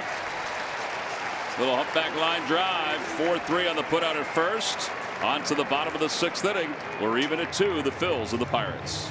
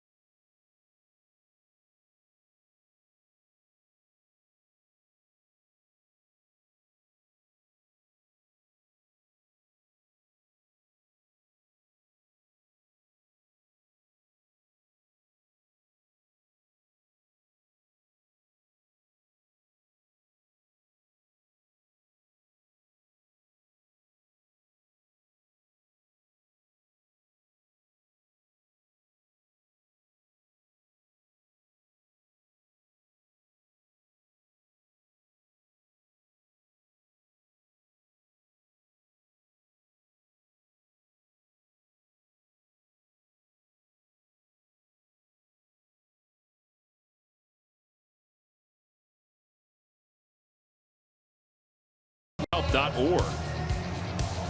Last of the 6th inning. We're tied up at 2. Phillies have just 1 hit so far, but they've made the hits count as they scored 2 runs in the last inning.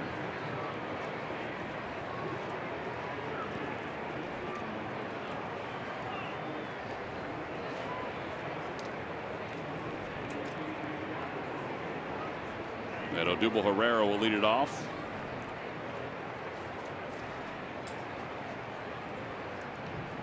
First pitch inside, 1 ball and no strikes. What do you think, guys? That's pretty good. Pretty spot on. That's a nice little giveaway there. It's a great hat. cap. The hats look like nice hats. Yep, a great cap. Fly ball short left field. Dickerson winds in. And 1 out.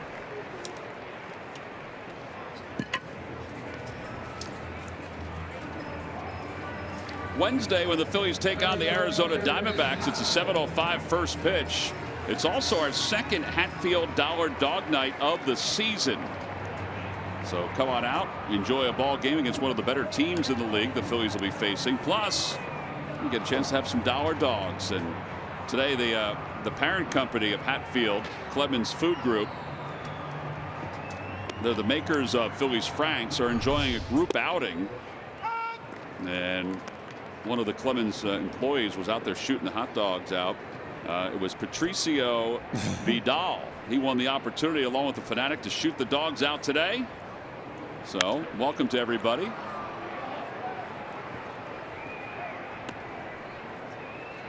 No balls and 2 strikes. Have you ever done that, Tom? Shot the hot dogs out? Yes. I have not. No? Nope. I have shot them over in the yard. Okay. Swing and a miss. Hoskins strikes out. 2 outs here in the 6th. Well, Williams blinked a little bit in the 5th inning, but for the most part, aside from all the walks, he's done his job.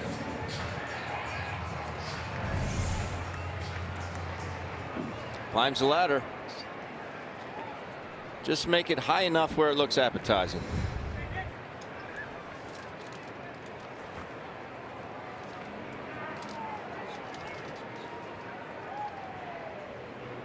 Here's Nick Williams, who takes outside.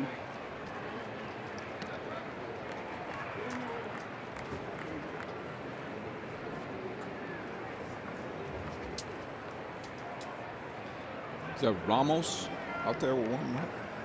Ramos was loosening up before as the ball's fouled off to the second deck. Yep.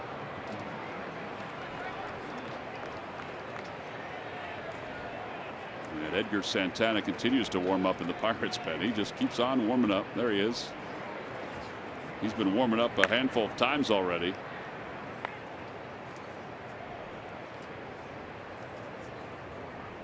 Swing and a miss. 1-2. There's Ramos.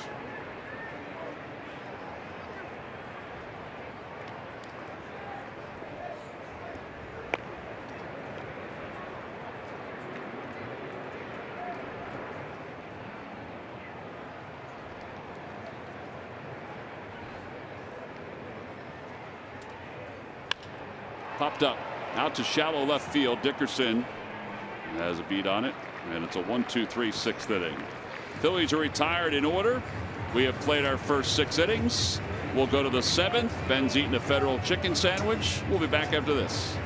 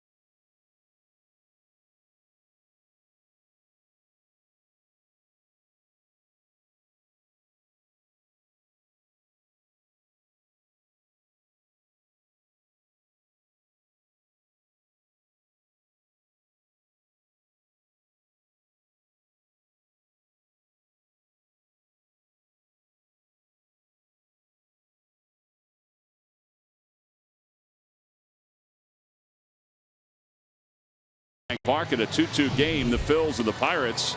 Well, both teams scored in the 5th inning. Look, the Phils only have 1 hit, but Williams has walked 5, and that's given the Phils an opportunity to get, or gave them the opportunity to get those runs.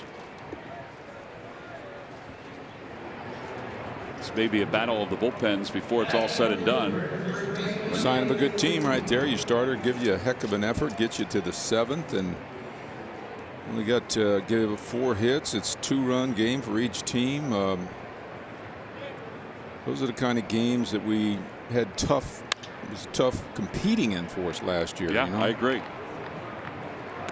No balls and 1 strike to Freeze, who is 0 for 2 today.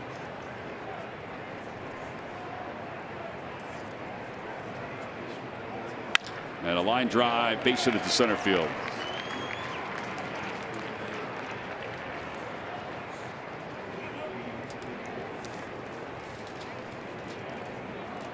Ramos is warmed up in the bullpen if they decide to make a change.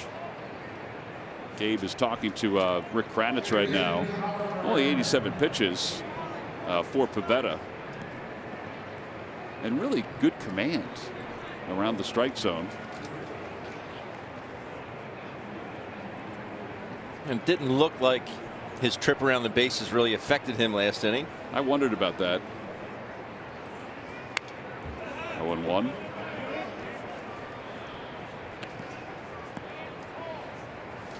He only has to play every 5th day. He'll be fine.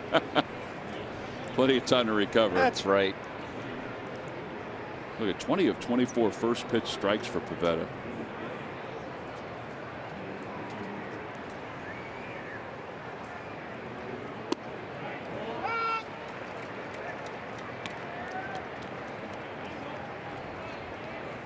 Give Knapp some credit. Catching a nice ball game.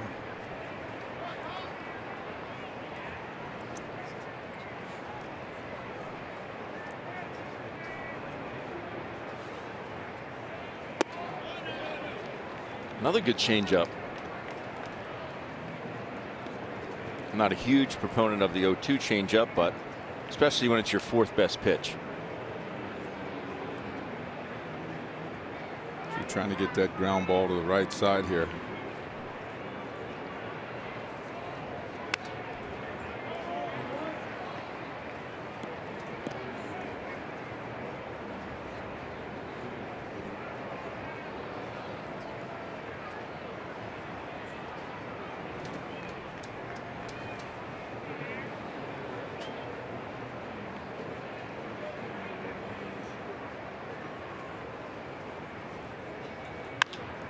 In the air to left field.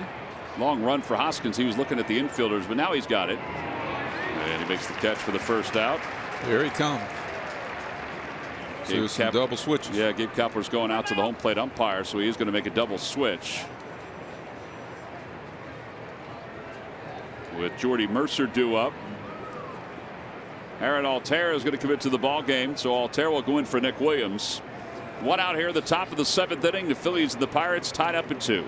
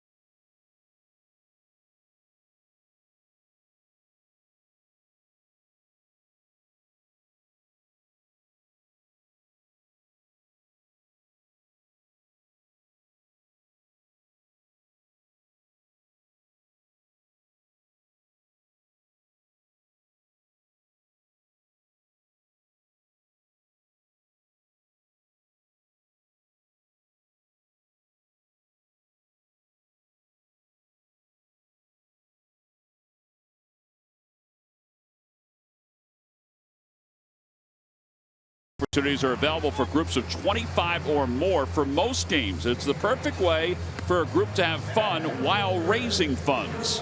For more information or to order your tickets, visit Phillies.com/group tickets. Hey, also take advantage of the newly renovated, and they're beautiful, Bill Giles Party Suites that are located up on this level down the left field line. Edebrey Ramos will take over for the Phillies here in the top of the 7th inning. On to face Jordy Mercer in a 2-2 game.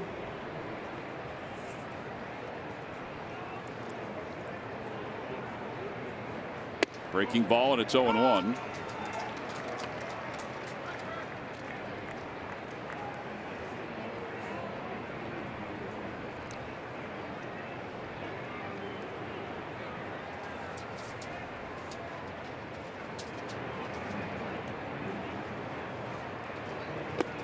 One ball, one strike.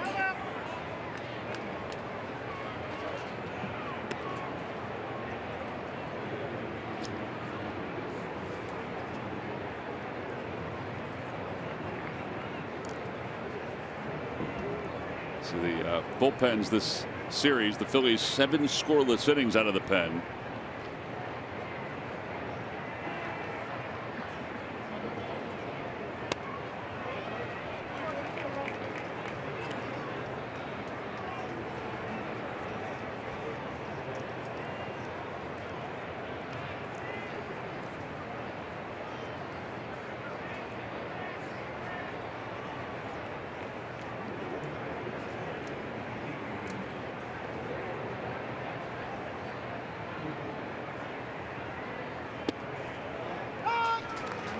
Nasty. Really was. 4 in a row.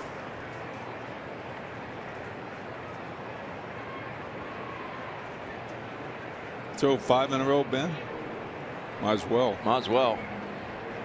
It's really, I mean, it's his out pitch. This thing must have some late tight break on it to freeze these guys like it does. Lays off 3-2. He may control that better than he does his fastball.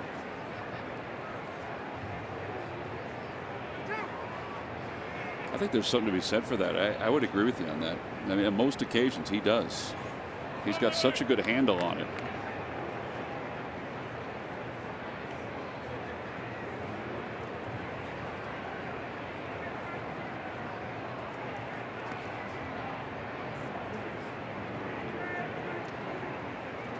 Runner goes. Pitch is lifted in the air, right side of the infield. And 2 outs. Freeze realized it. There was no way for the Phillies players to decoy. And now with 2 outs, Diaz coming up.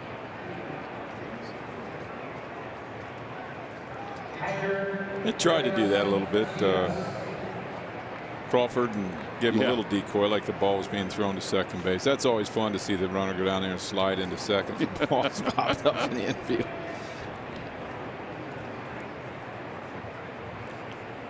Great crowd here today.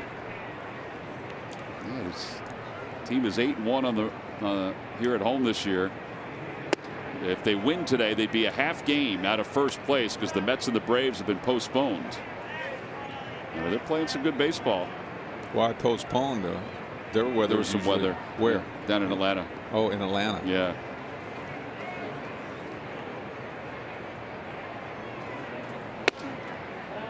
One ball with 1 strike. I guess it would be weather.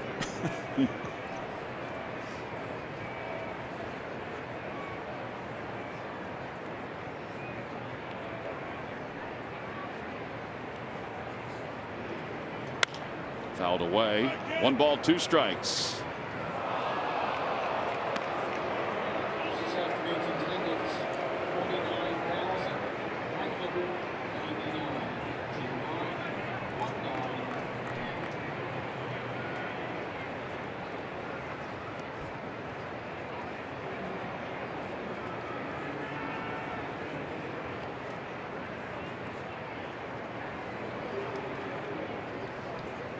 Swing and a miss, and Ramos comes in and does his job. He retires the 2 hitters he faces. That means it's time to stretch here at the ballpark with the Phillies and the Pirates tied up at 2.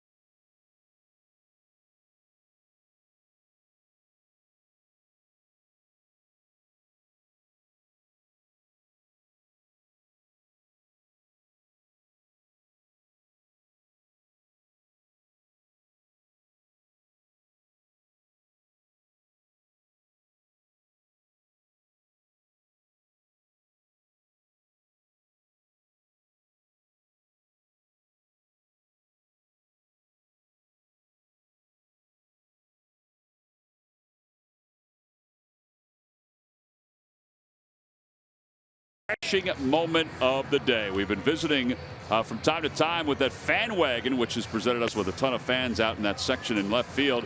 And now we get a chance to listen to what actually happened on the fan wagon today. Good morning, everybody. Good morning. The white zone is for loading and unloading only. Yes, the bathrooms, I'll let you figure that out. Yes, exit rows right over the side, okay? Well, welcome to our authentic fan promotion. We are really glad to have all of you here. Straight ahead, the Comcast Tower. Old Mitchell and Greg, if your Phillies thing don't work out, you should give tours. the old one. I would love to give tours, that'd be awesome. So hopefully in less than 2 years, we're on a double-decker bus and the streets are lined with people. How great would that be? So, my family, originally from South Philadelphia, 3rd and Wolf, and the Murphy Funeral Home. Anyone know Murphy Funeral Home? That's my family, yeah. How's everybody doing out there? Don't hit the step, we're going to get a picture over there. Who's going to win today? I know what you're thinking, how do I get on this bus? Well, NBCSportsPhiladelphia.com. Take a look. I love the guy who said, Murph, if your television career doesn't work out, you got a career in being a tour guide. And I didn't know about the Murphy Funeral Home. I only knew about the Shamrock Deli in South Jersey. As Michael Feliz faces Scott Kingery. Yeah, Murphy Funeral Home's still there in South Philly. The entrepreneurs that your family. That was my grandfather. He was the mortician. Dad didn't want to follow in the family business? He did not. No. Instead, opened up the Shamrock Deli. That's right. Best dang potato salad everywhere, anywhere. Just ask Murph. It was indeed. It was a great morning. It looked like you guys were having a blast. It really was.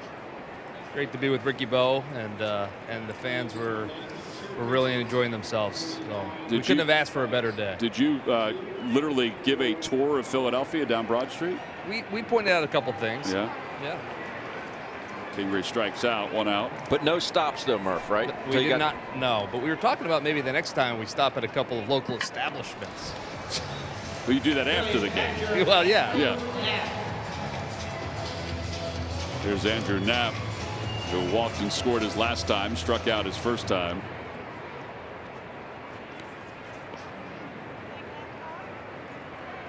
Philly still with 1 hit. That's all Williams allowed. He allowed 2 runs in 6 innings, 1 hit, 5 walks.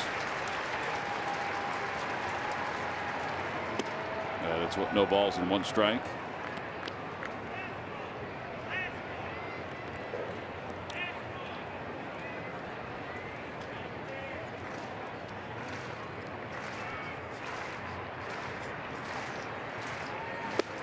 Oh, 2.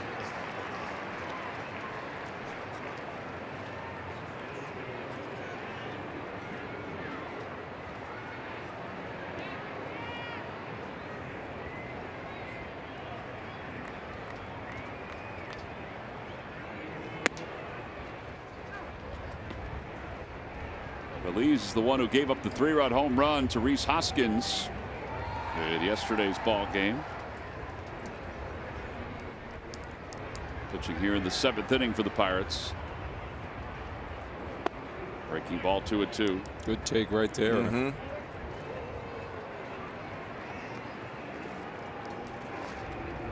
I say good take because the ball is in the strike zone most of the way to home plate, and then it breaks down to the ground. It's tough to lay off of that pitch.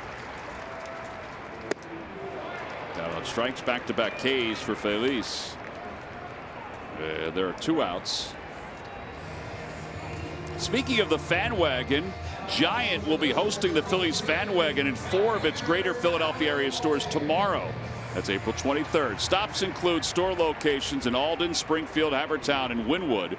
Join us for all the games, the Phils and NBC Sports Philadelphia swag, raffles for Phillies tickets, and autographed items, Giant giveaways, coupons, and more. Fans are also invited to sign the Fanatic's birthday card for his Citizens Bank Fanatic birthday party on April 29th. Follow the Phils on social media for scheduled details. And you might see some celebs That's some of those swag. That spots. swag is some good stuff. Yeah. We always like some swag. Yep. 1 ball and 1 strike to Altair.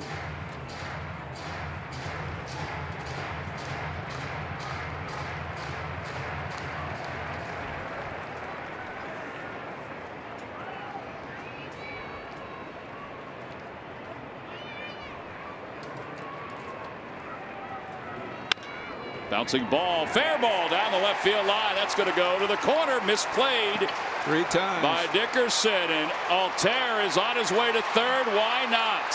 And he'll get there with a head-first slide. That's a good thing too, because with 2 outs. Yeah, with 2 outs being on third, as everyone knows, there's many ways to score. Absolutely. Infield error, balk, pass ball. Just sneaks it inside the line here, and Dickerson thinks this is going to carry him off the half wall down there. It goes all the way to the left field fence. And Aaron can glide.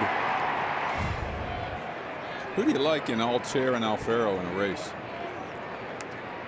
Altair and Alfaro. It's one I like to see. Really? Ooh. I mean, Georgie does run, but this guy, I'd say Altair. I'd say Aaron. No balls and 1 strike to Crawford.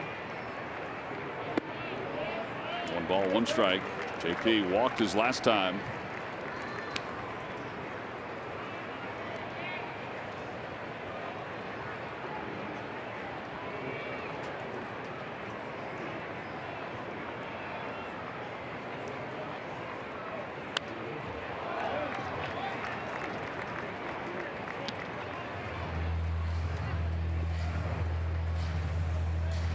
Good pitch hit. Yeah.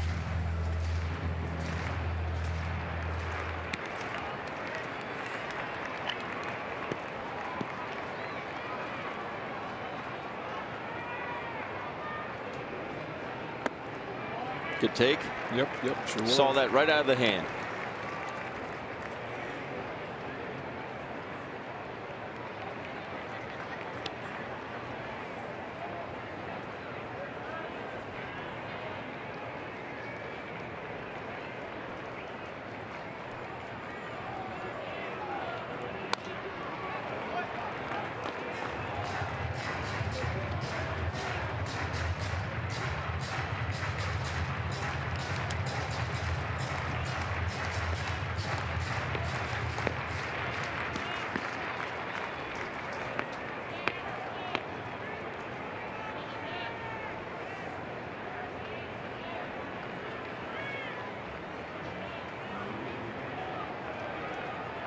Inside, 3-2.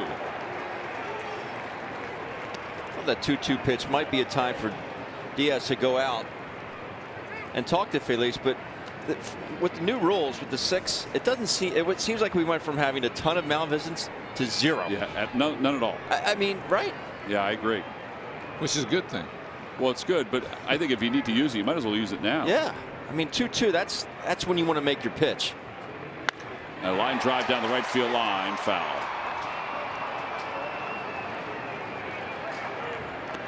So you want to make sure you're on the same page with your pitcher, and I thought that would have been an apt time to go out. But seriously, I mean, we've seen a couple mound visits, but nothing. What do you ask him when you go out there? What would you like to throw here? Yeah. Let's get together on this pitch. This is what I think. What do you got? And then you just want to make sure you're on the same page. Make sure he has 100% conviction in that pitch. Outside. Oh, outside corner. Strike 3 calls. JP does not agree with that. He's going to get in trouble if he doesn't walk away. Gabe Kapler comes running out just to make sure. I thought he went like that. What did he do? Go like that? He went. I think he was indecisive, and is indecisive. Let's take a look at pitchcasts presented by PJ Wheelhands. Ooh, right on the line. Oh, he went like that. Well, yeah. I mean, I'll tell you what, if that line was a computer, it would change the game.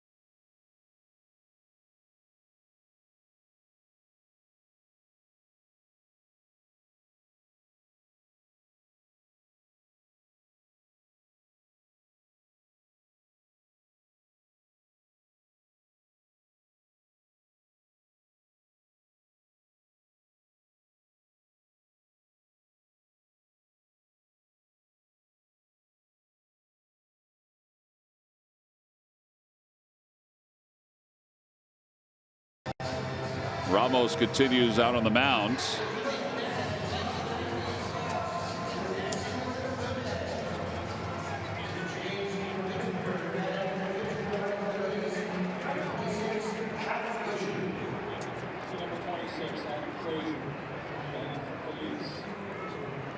Dave Kapler is going to come out and get the right-hander Ramos and bring in the right-hander Tommy Hunter, who will make his Phillies debut. So Ramos is done with Frazier being introduced as a pinch hitter. The Phillies only have one lefty in the pen, and that's Adam Morgan, but Hunter's numbers are excellent against left-handed hitters. So we've got a pitching change. We'll be back to Philadelphia in a 2-2 game right after this.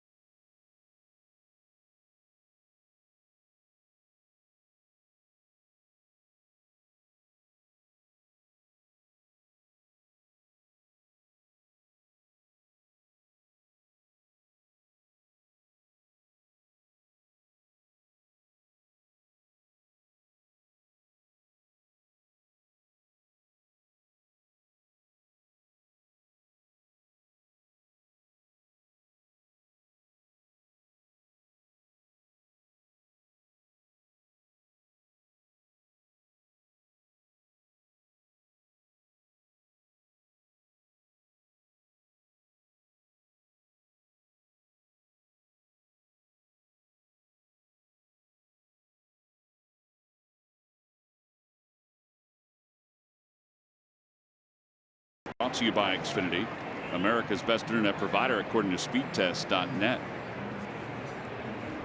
Tommy Hunter will take over. Those are his career numbers. His career has kind of taken off the last couple years, partly because his cutter has taken off the last couple years. At a first pitch off the inside corner, 1-0. And there it was. Very subtle, very late. Been battling a sore hamstring since spring training. One of the big acquisitions for the Phils this past offseason. Over to first base. 3 unassisted. Because folks probably wonder, well, why bring in a righty for another righty with a lefty up? And it's all because of the cutter. And that's why when the Phillies sent Hobie Milner back to the minor leagues, when they brought Tommy Hunter off the disabled list, they felt like they can get away with having just the one lefty, because Yaxel Rios' changeup and Tommy Hunter's cutter are so good against left-handed hitters. They can be neutralized.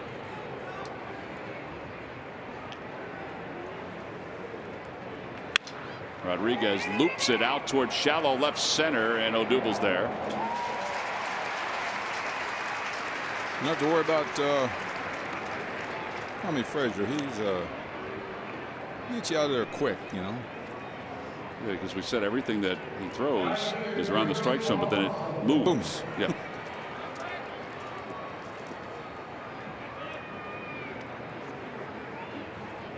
So Hunter with 2 quick outs, and here is Polanco, who is 0 for 3.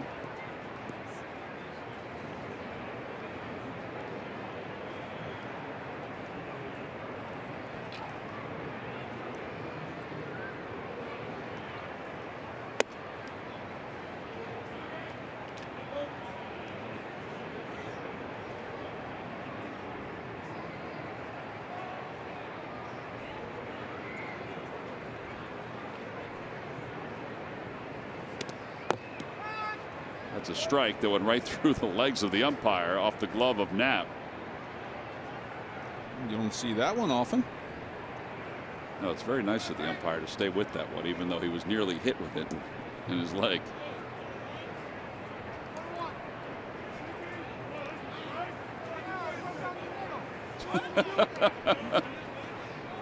Gregory Polanco just said, what?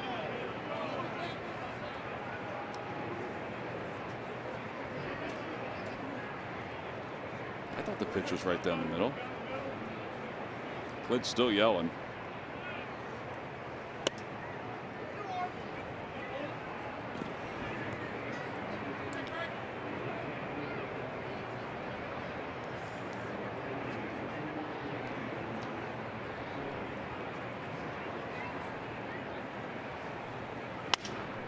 Broke his bat. 2-2.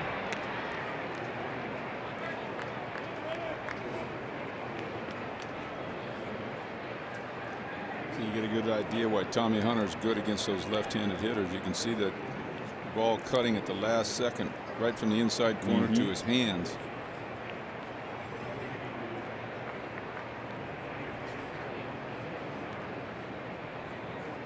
Not a fun pitch to try to battle. No.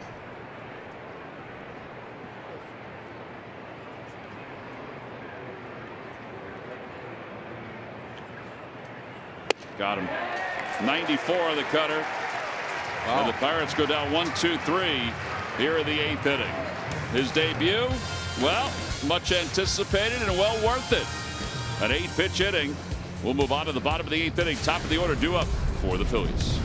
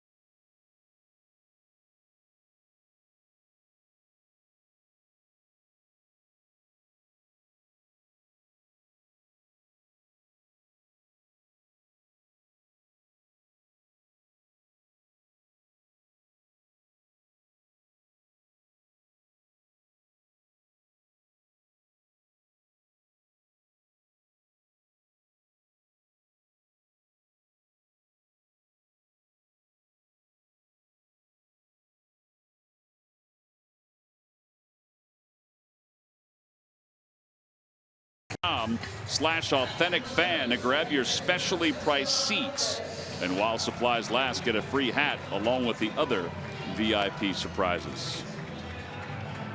We're tied up at 2 here at the bottom of the 8th inning, and across the street at the end of the first period they're also tied at 2. That's a lot of cars, fellas.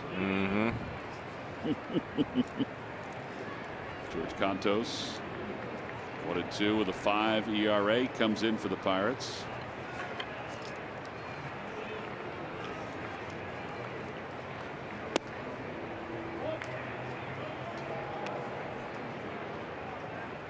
Cesar is 0 for 1, a sacrifice fly and a walk in this game.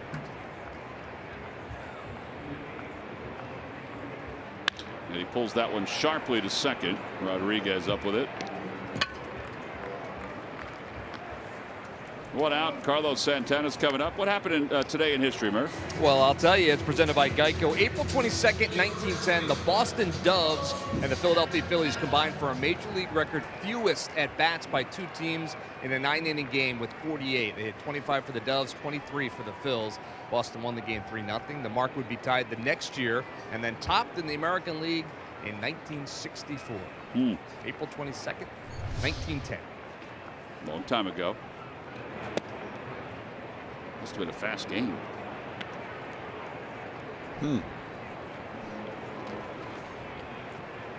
Had to be under 2 hours. Yeah, I would think so. They didn't have commercial breaks. 2 balls and no strikes. No commercial breaks. Probably weren't shooting hot dogs into the stands. No. Nope. No fanatic dance.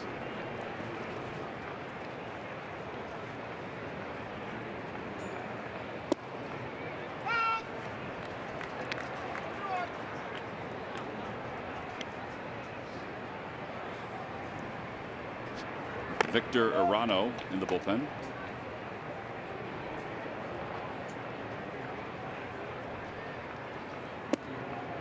Three and one.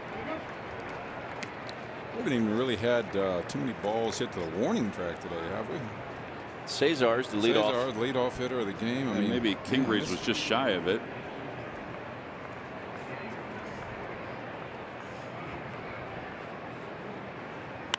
Popped foul.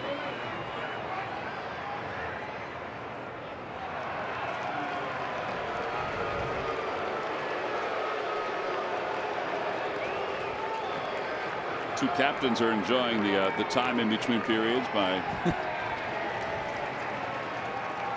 watching the Phils.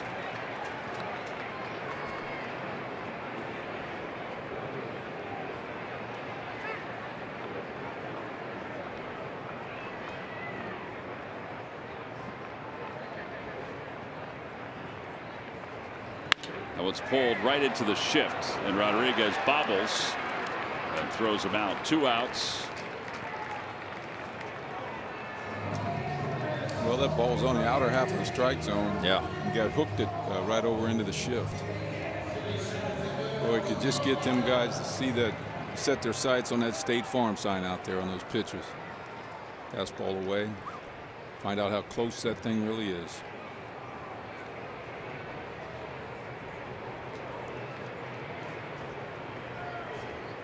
Easier said than done. Yeah. Looks easy up here, doesn't it? Especially in a tie ball game, late in the ball game.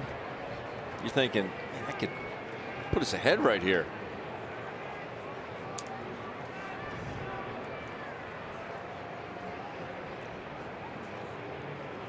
Swing and a miss, and it's 0-1 to Odubel. Odubel's 0 for 3 today. His on-base streak is in a little bit of jeopardy right now. 2 for 3 in limited time against Contos.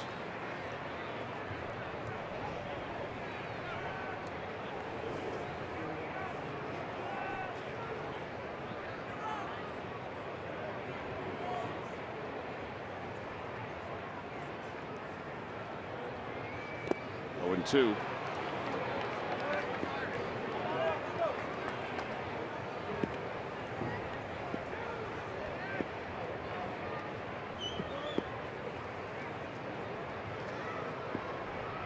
Long way back. Odubel, come on, you can do it.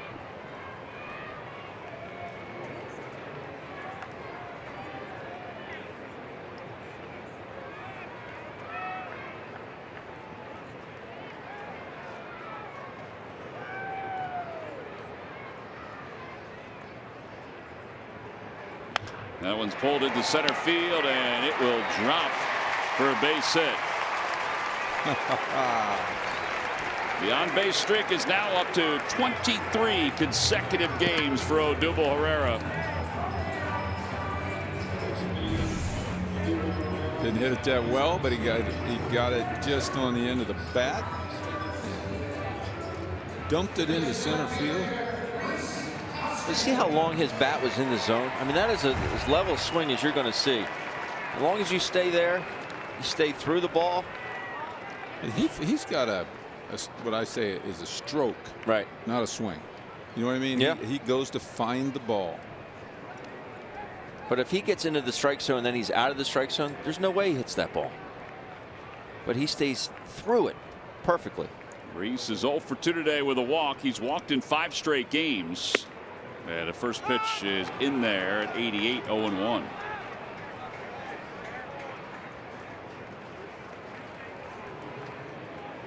29,000 and plus on hand today to watch the Phils and the Pirates wrap up this 4-game series. Phillies have taken the first 3 games, have knocked the Pirates out of first place in their division.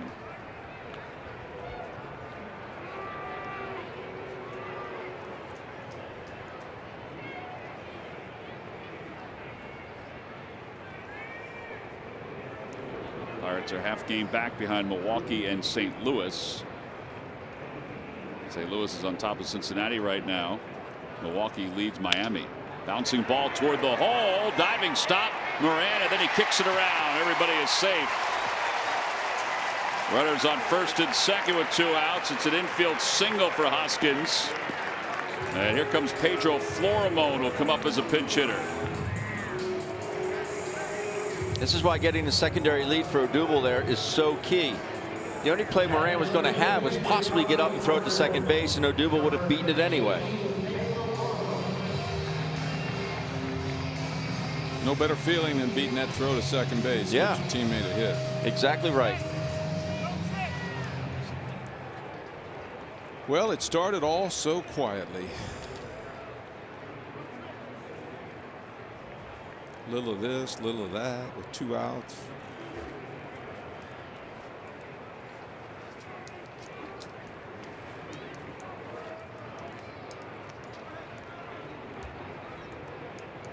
Tommy Hunter's day is done. 1 inning, 1 strikeout, just 8 pitches. Might as well get him a win.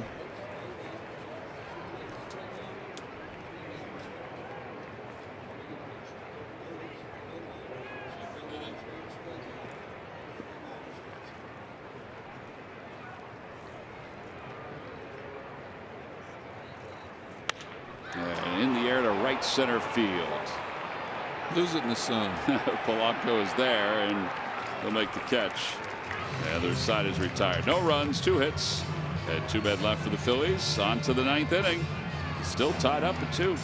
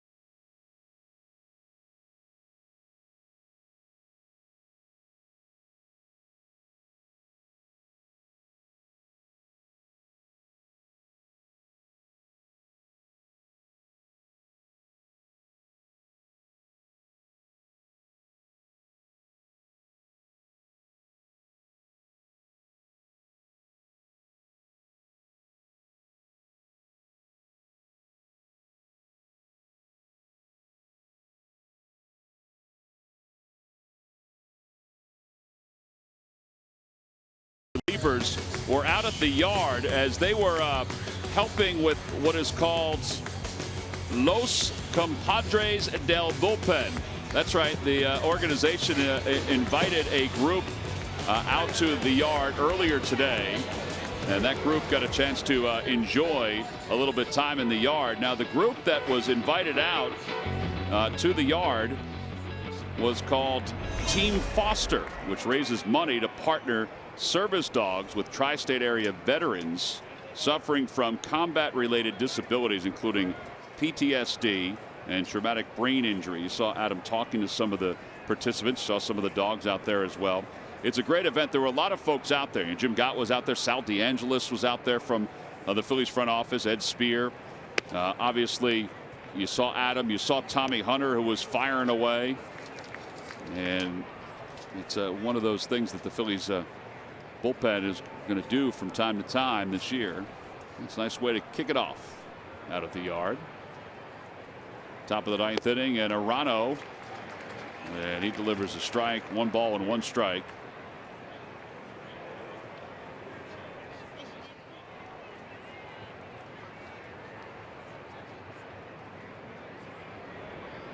Marte 1 for 3.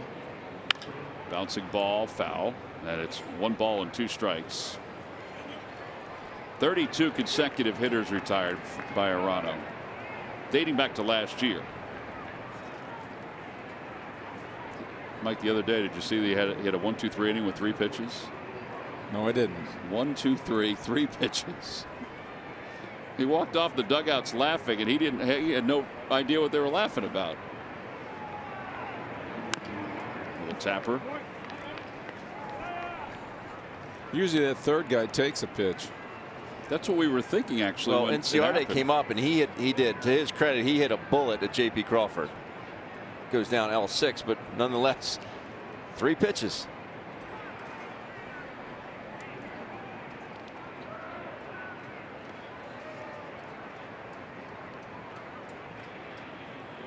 Outside, 2-2. And Santana's back up and continuing his game out in the bullpen for the Pirates. It's the 3rd time he's been up and warming today.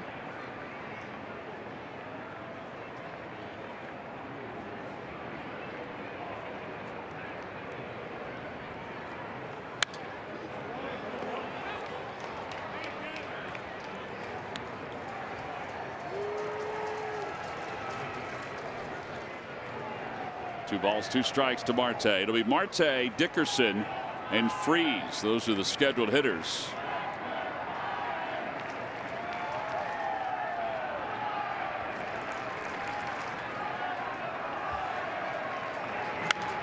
Popped up again, foul.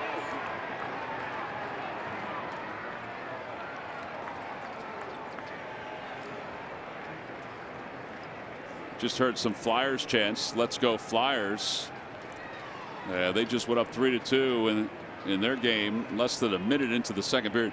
Have there been a lot of goals scored in this series or what? Yes.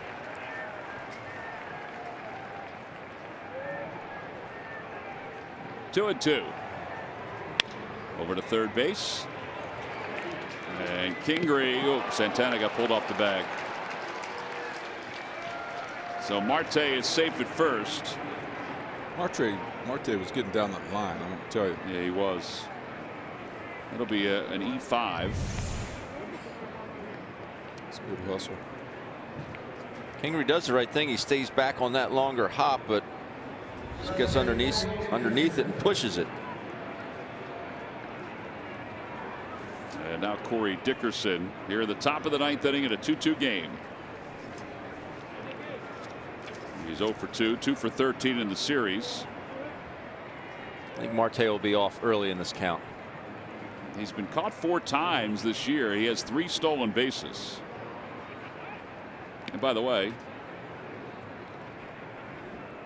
Arano, who was 32 straight hitters retired, it is over. Even though it's not his fault, but it is over.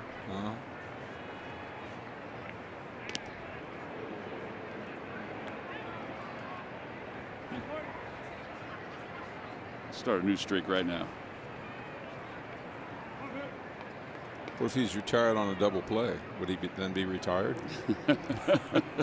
Well, if you were John Kruk, yes, you would think so. Off the glove of Nat. Marte does not advance.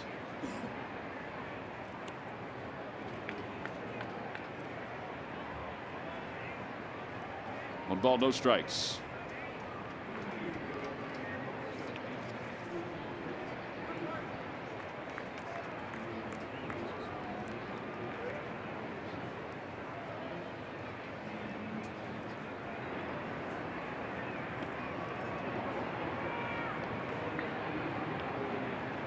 There goes. Pitch is swung on a miss. Throw to second base. Not in time as Marte is able to slide in. Wow. I figured he'd be off. Hey, he can run like the wind, but the way that the Pirates have really struggled to score runs, they have to start trying to put some pressure on the Phillies. And that's a good way to do it. Not a good pitch to throw on. Dickerson swings. You see Andrew Knapp, no chance. The hardest pitch to throw on is a ball down and into a lefty or down and away to a righty. Because you have to twist. You have to twist and you have to wait for it to get there. Well, we'll see now if they can do the little things, score a run. Vasquez has joined Santana in the bullpen. I've always been a fan of bunting right here. But no, we're going to make the out, swinging away. One away.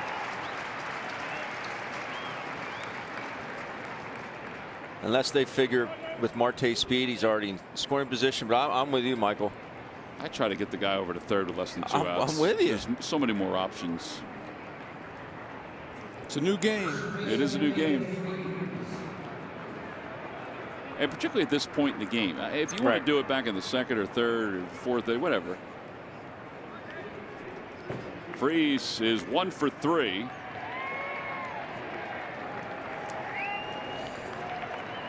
But if he were on third right now, think about how much more pressure that would be on the Phillies. Well, and a guy like Freese can get the ball in the air.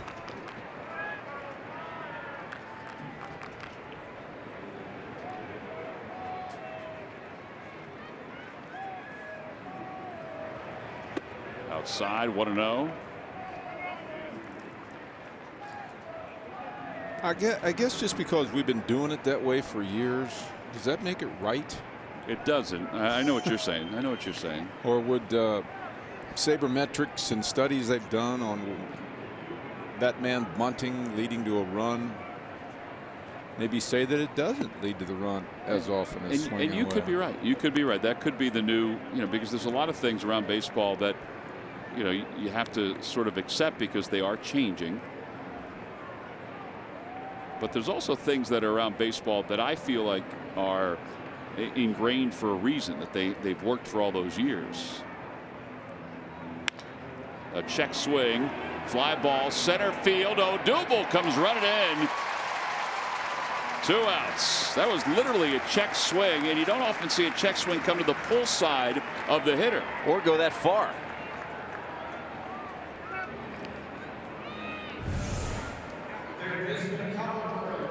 That is. There's no extension at all. No. But a good initial read there by Odubel. They potentially walk Colin Moran and put runners on first and second to face Jordy Mercer, who doubled back in the 5th.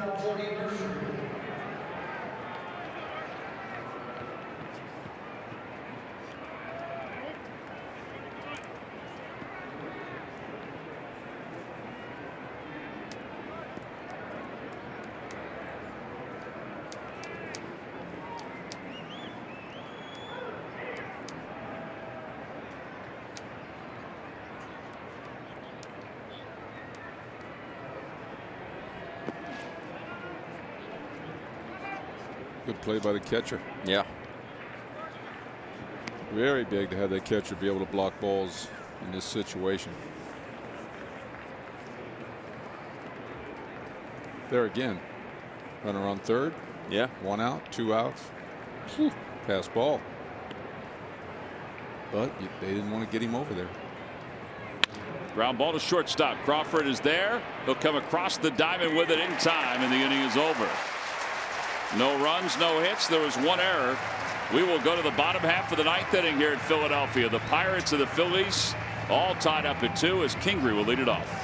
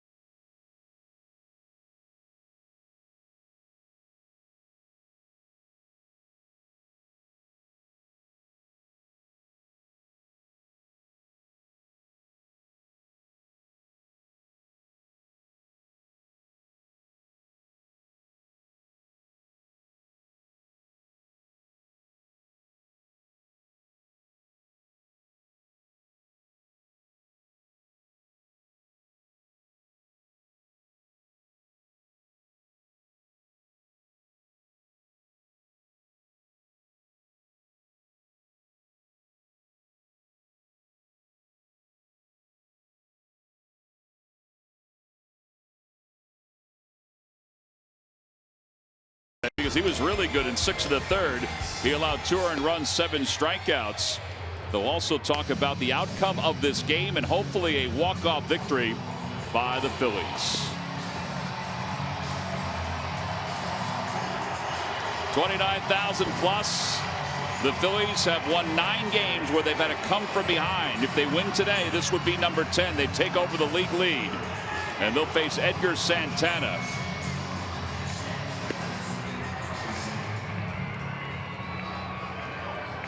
You know he's loose. He's warmed up 3 times today.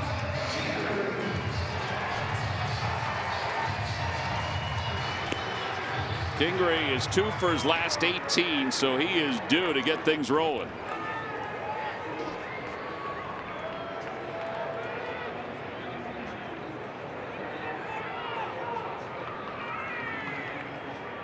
Kingery's 0 for 3 today with a couple strikeouts.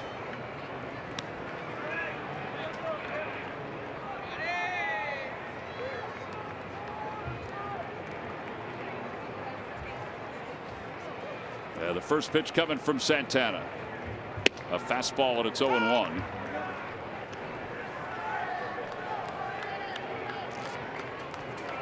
Maybe getting a little tough to see at home plate right now. Yeah, a little bit. The shadows are enveloping home plate. And the ball's coming from sunshine and shadows. Swing and a miss, 0-2.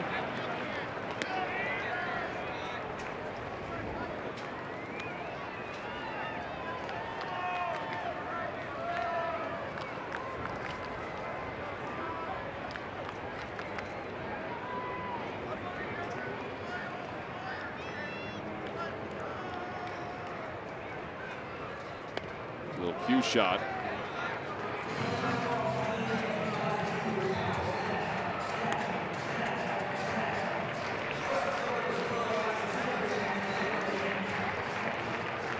It'll be Kingery, then Knapp, and Altair. Those are the scheduled hitters for the Phillies here in the home 9th inning.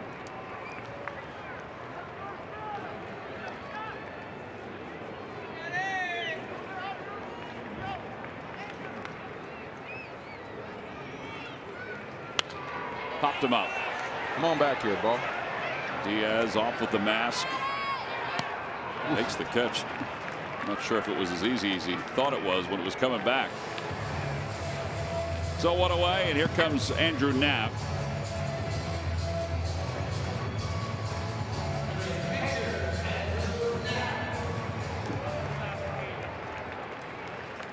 Knapp is 0 for 2. He walked and scored in the 5th inning. Couple of strikeouts today for Andrew.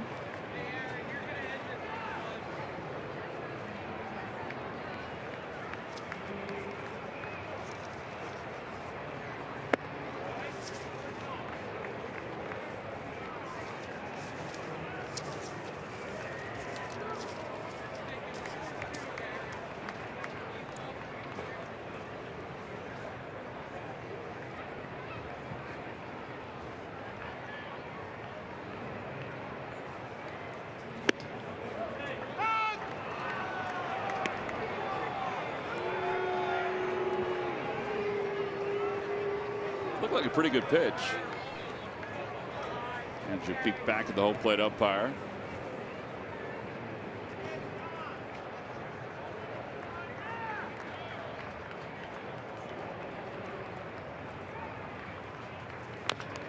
Had a bouncer foul. It's now 1-2.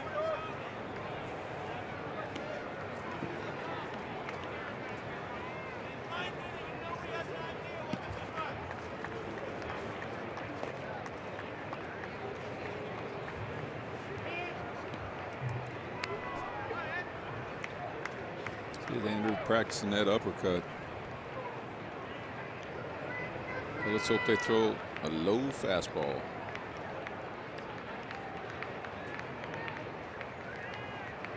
Swing and a miss. 2 away.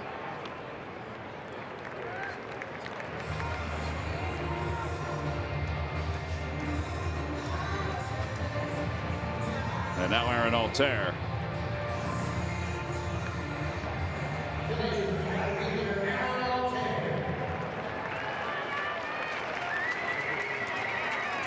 Altair tripled his only time up today.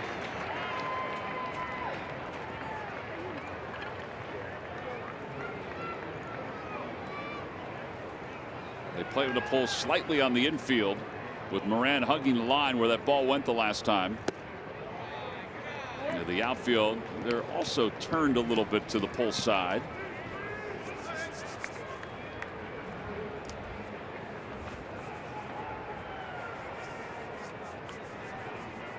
A ball and no strikes. 1-1.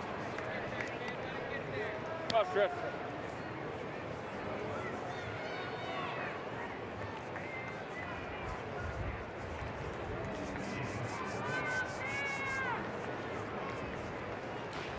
Crawford waits on deck. Hot shot toward the hole, under the glove of Mercer. And Altair is 2 for 2. Well, that's a good sign, isn't it? And here's J.P. Crawford with the winning run over at first base.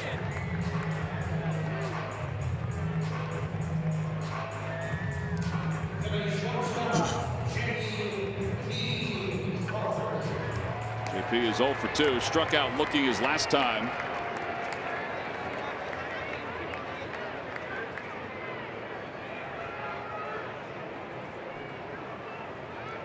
Former first-round pick for the Phillies, getting a chance to start the season in the big leagues for the first time in his career.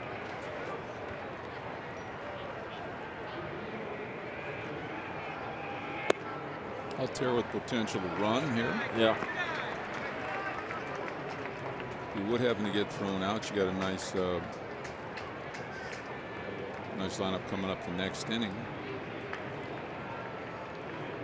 See a ball down the line in the gap, something. Watch him run. Just turn him loose, let him run. Throw over to first.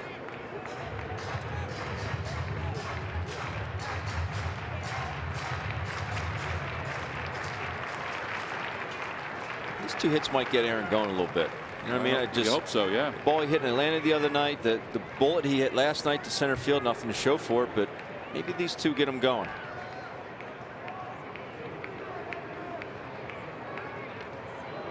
He's back again. He's got a nice sized lead off first. It's one of the other things they're trying to do is they're trying to get guys to be more aggressive with their leads this year. Cesar Hernandez is a case in point. He's about a step and a half farther off the bag than usual. And you can see Altair inching out toward that cutout, the edge of it. Ground ball right side. J.P. Crawford is retired, and we are going to go to extra innings. No runs, a hit, and 1 man left. We have played 9. On to the 10th, the final game of this series, tied up at 2.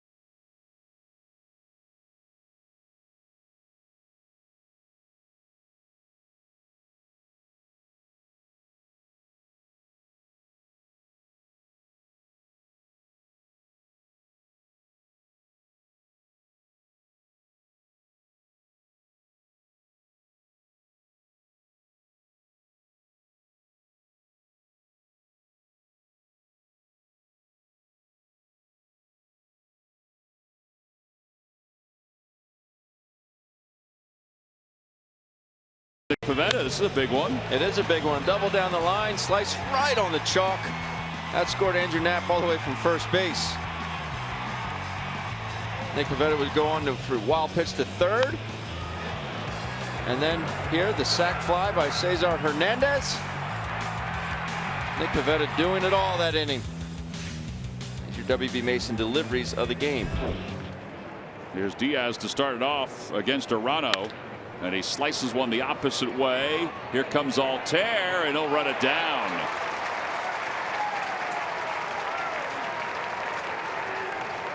Take a look at the extra inning records for the two teams, both unbeaten. The Phillies already 3 extra inning games.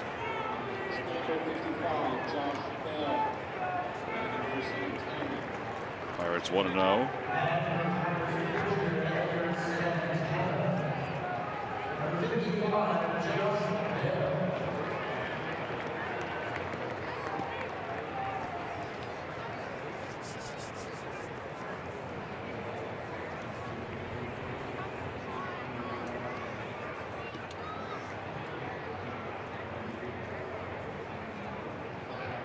Bell takes inside, 1 ball and no strikes. I walked in with Bell today. The bus had just gotten in. I was following him down the tunnel. He's a big dude. Yeah, he's a big kid. He is big. His dad's one of the fathers that are here for the Pirates dad's trip. Murph talked about the other day. Great story.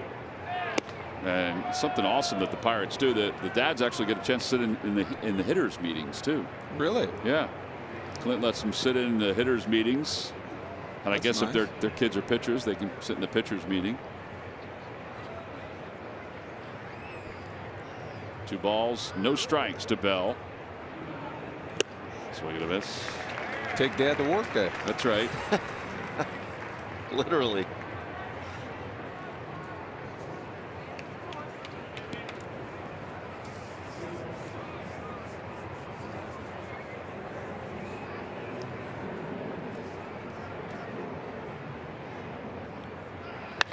Line drive down the right field line. That's going to be a fair ball going to the corner.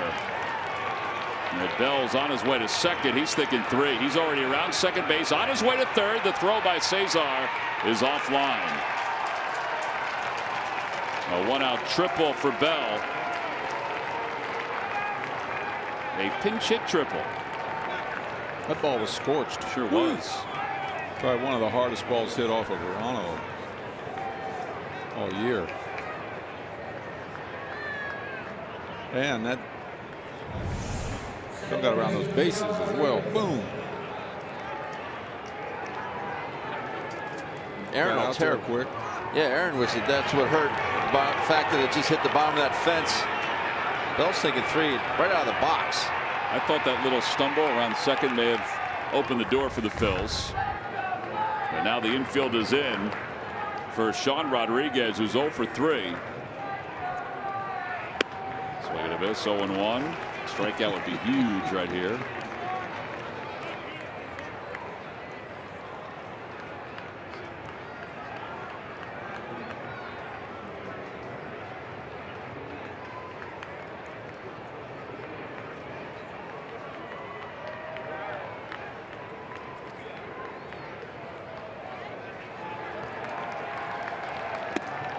Down low, and it's 1 ball, 1 strike.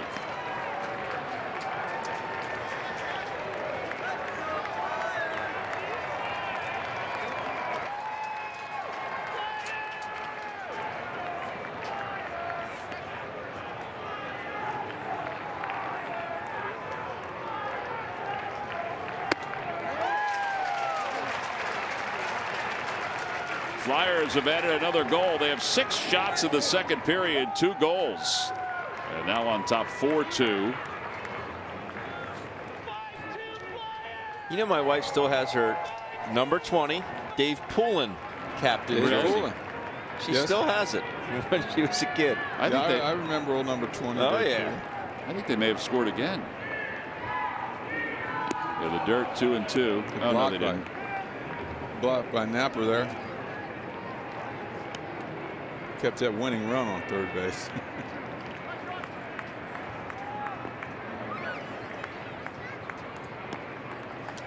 Yaxel Rios starts to warm in the bullpen for the Phils.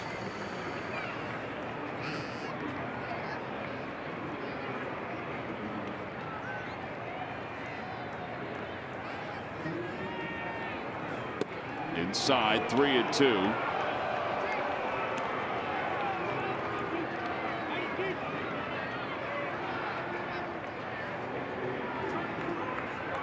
You have him running on contact down there? Oof. That's a good question. I always wondered why. I guess they figure if the ball's a little on one side or the other of an infield, he has a chance.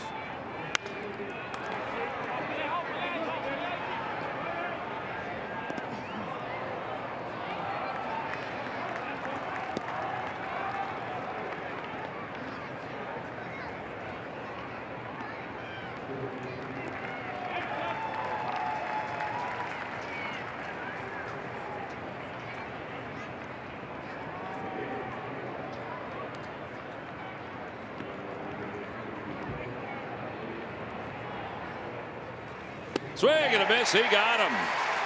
2 outs here in the 10th inning. And now it's Gregory Polanco. This is what I talk about this bullpen. There are times when you're coming out of the bullpen where you just flat out need a strikeout. That was one of those moments. Right. He didn't reach that ball. No. Well, they're going to walk Polanco intentionally to face the right-hander Marte. They could have brought in Rios to face the lefty Polanco.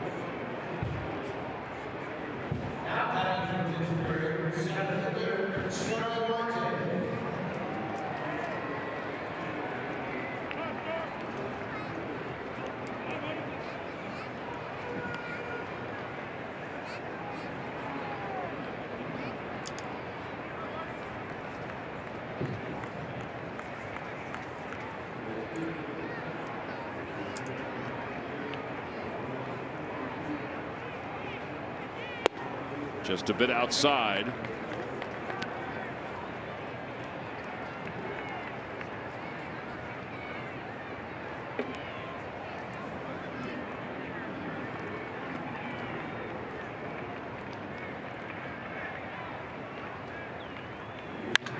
High fly ball to left field. Hoskins comes running in. He's under it, and the inning is over. Victor Arano works out of a 1-out runner at third situation, and we'll go to the bottom of the 10th inning, still tied up at 2.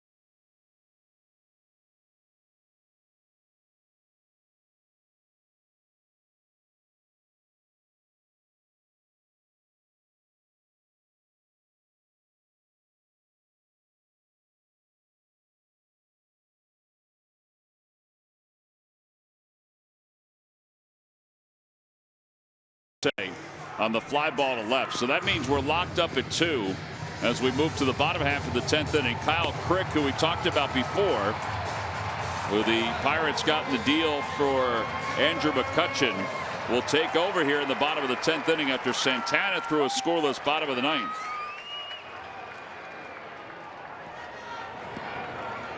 Crick is not allowed an earned run. It'll face Cesar Hernandez. The Phillies have the top of the order due up here in the 10th inning.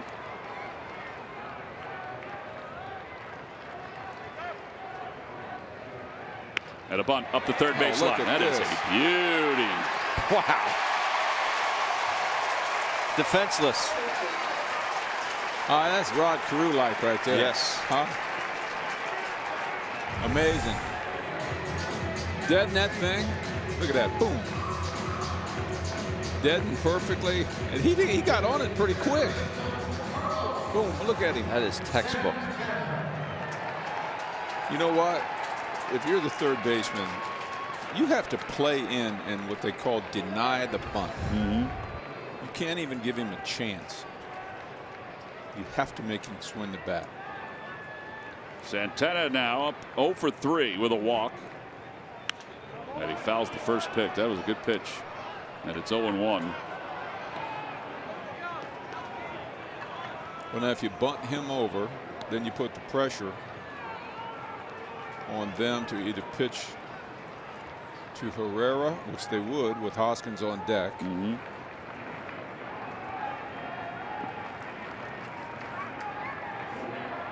Sometimes the old school way to play the game makes so much sense to me. Yet seems so distant to today's game. I mean, it's not 100% easy to execute, don't get me wrong, but I mean, if you can just picture Hernandez on second base with 1 out. Ooh.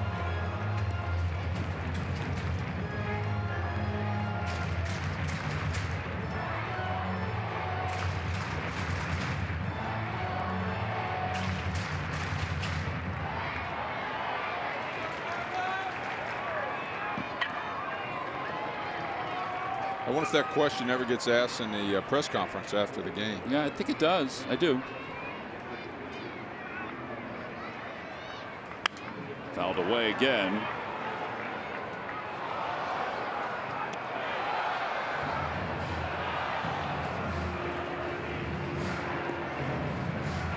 O'Dubel's on deck. The other thing they might think is that, well, that Cesar can steal the base. Correct.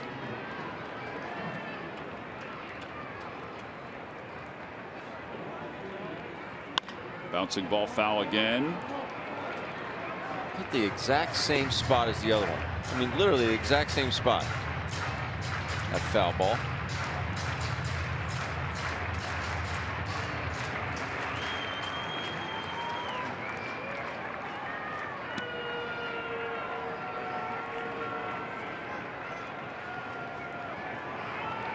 The infield defense for the Pirates.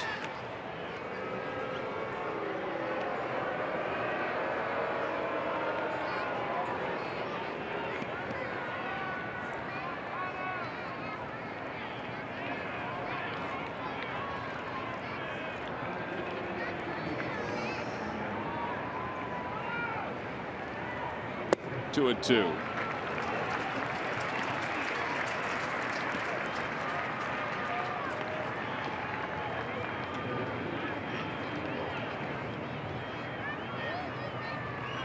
Seventh pitch of the at-bat.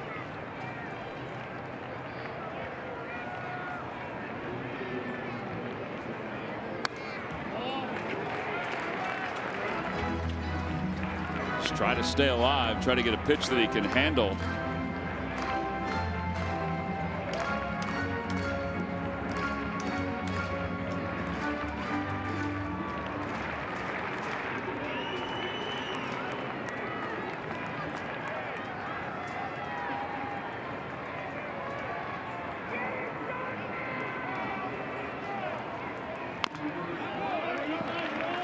That one got a piece of Santana's foot. He's got the guard on it, but I think that one got his toe.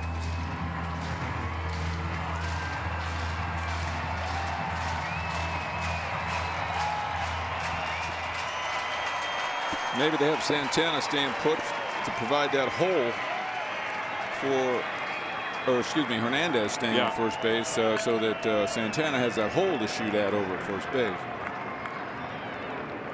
Talked to Jose Flores about that, and he said a lot of times that is the truth. They like that hole because he pulls it there. Popped him up. Diaz says he's got it, and he makes the catch. 1 out.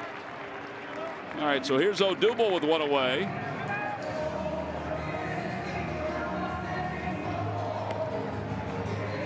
Crick will discard the perfectly circular baseball for a new one after that pop-up. Ball only has 1 out in it. Yeah, that was a good one to hit. That was a good one to hit.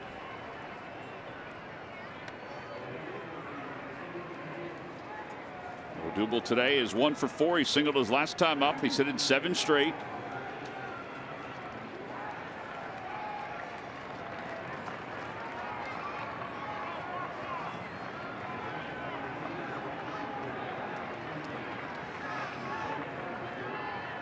Bouncer off the plate.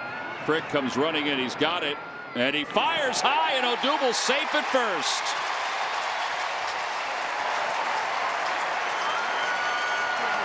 Yeah, there's a turn of events for you. Yeah. Michael, what happens when you're over a golf ball and you decelerate? A lot of bad things. A lot of bad things. Well, when you decelerate your arm, this is exactly what Crick does here. He gets it, he just seems to say, oh, I'll just feather this one in there. Oh. I think I'll just lob it. It's exactly right.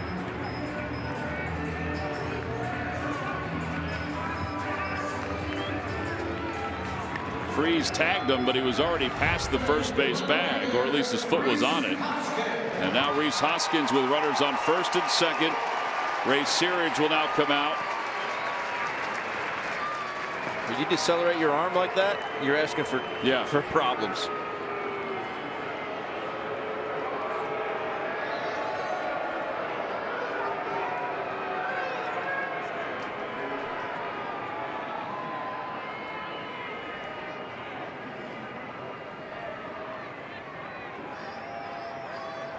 All right, so this is the 3rd trip to the mound today for the Pirates. Hoskins this afternoon. He's reached on an infield hit. He's 1 for 3 with a walk.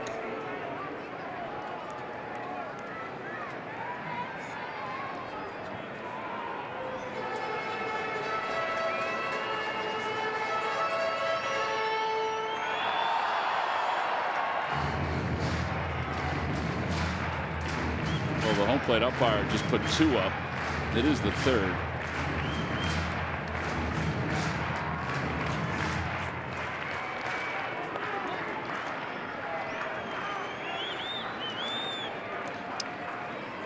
See if Hoskins can come through yet again. Here at the bottom of the 10th inning.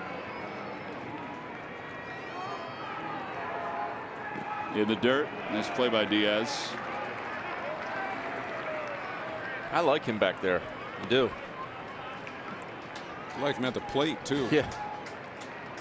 I think Hoskins faced him yesterday. I think he faced him yesterday's game, didn't he? Came in at the end of the game for an inning. Yeah, he pitched 2/3 of an inning yesterday.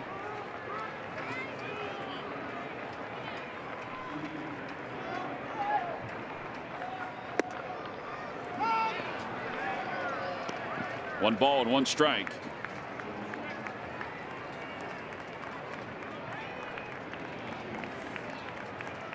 He got Neris on strikes, and then he got the top of the order Hernandez on strikes. Teammates were riding Neris again today about his strikeout.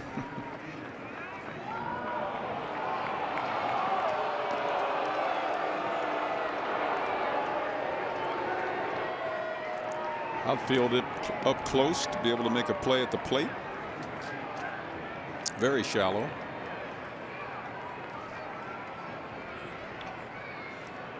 Phillies have good speed on the base pass. The guy at second's the one that matters.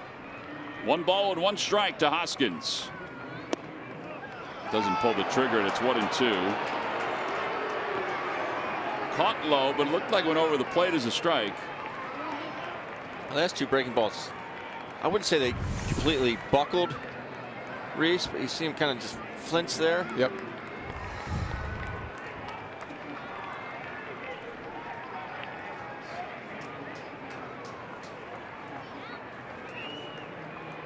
One ball and 2 strikes. Swing and a miss. Got him with another breaking ball. 2 outs here in the 10th inning, and now Maikel Franco will pinch hit.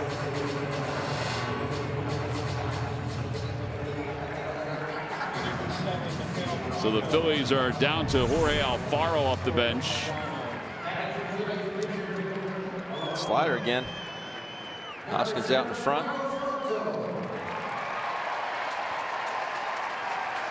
Yeah. You know, that 2-strike, I did it 3,000 times. I know that you tend to go too hard at it, but that was more of a energetic attack swing than yesterday when he hit the home run to spoil a few pitches, you know, to get. That was a fat pitch for him to hit, though. That's why he looked at it. Wow, he saw it good. It was the 12th strikeout for the Phillies today. 12th. There are K's all over my card.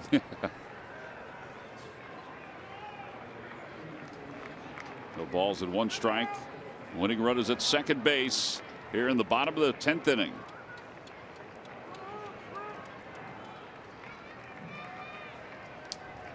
Yep. 12. Crick against Franco. Fastball just a bit up. 1-1. Boy, he's got a good fastball too to go along with that slider.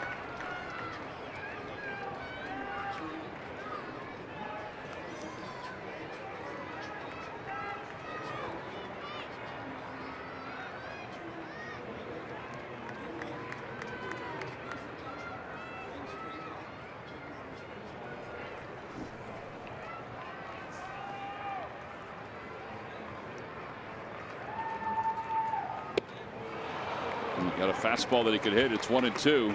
We don't need that big swing now. All we need is a single to win this game. Hey, don't need to knock them all in. Got great speed at second base. Just a ground ball up the middle to win it.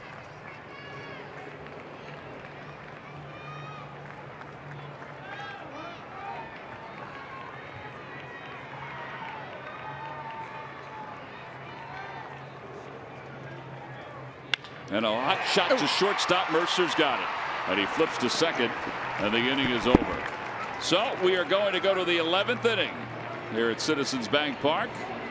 The Phillies and the Pirates still all tied up at 2.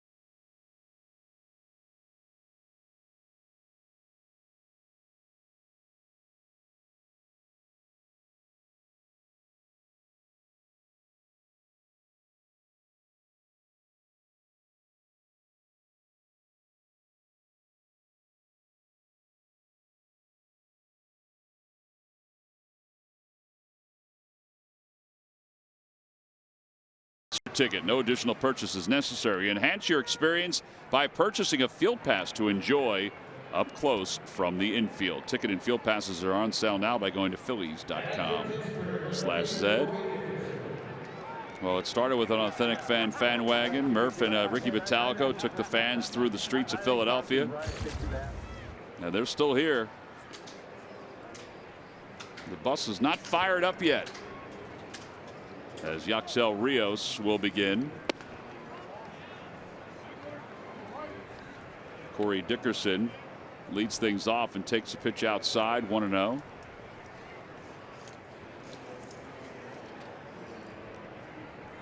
Dickerson has popped out twice to third, lined into a double play and walked. And it's 2-0.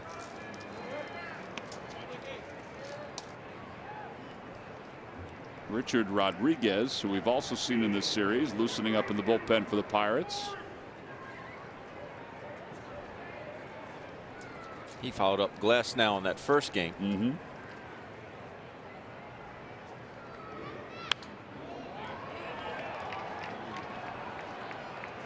Two and one.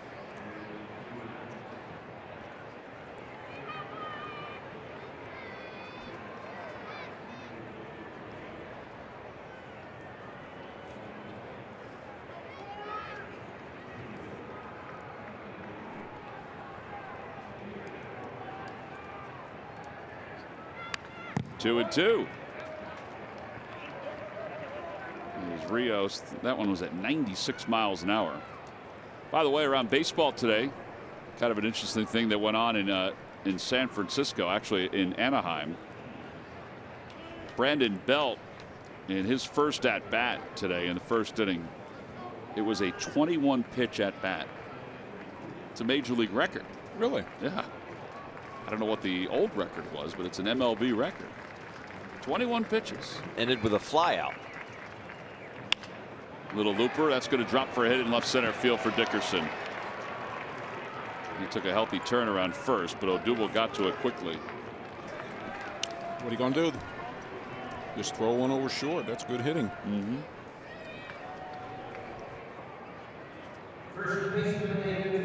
David Freese is 1 for 4.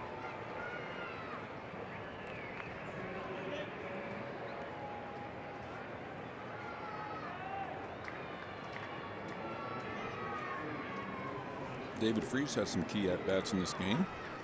Check swing, a little looper that caught last time up. Men on base. I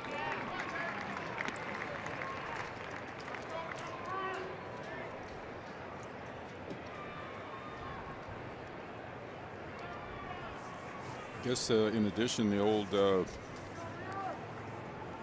no bunting on the road, right? When you're on the road, you don't have last at bats. I'd still think about doing it in these spots, but I do know, you know, that is the thought.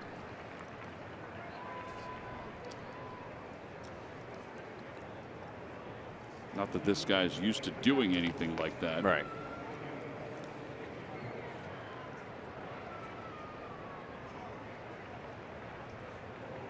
Bouncing ball toward the mound. Rios, his play is to first.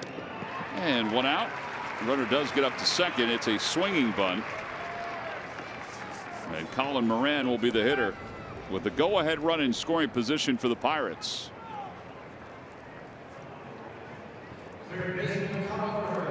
Pittsburgh after this, like the Phillies, will have an off day tomorrow, and then they'll take on the Tigers on Tuesday at home. The only pitcher that we haven't seen, Chad Kuhl, will start the ball game.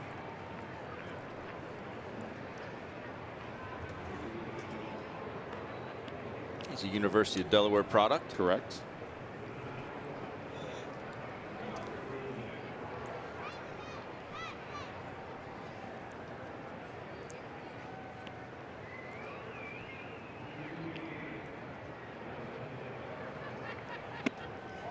One to Moran. By the way, Ricky Gutierrez back in '98 had the record before Brandon Belt today. His was a 20 pitch at bat. That was against Bartolo Colon. Bartolo was just scratching the surface at that point. He was throwing mid to high 90s at that point.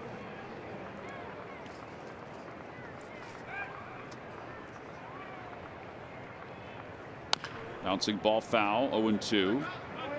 That Brandon Belt at bat, he fouled off 16 pitches.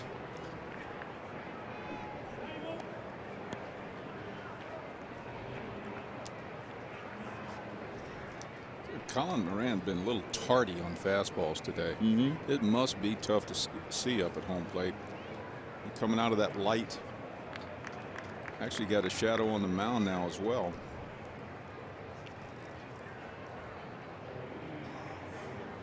Popped up, foul, and that'll find the seats over the Pirates dugout.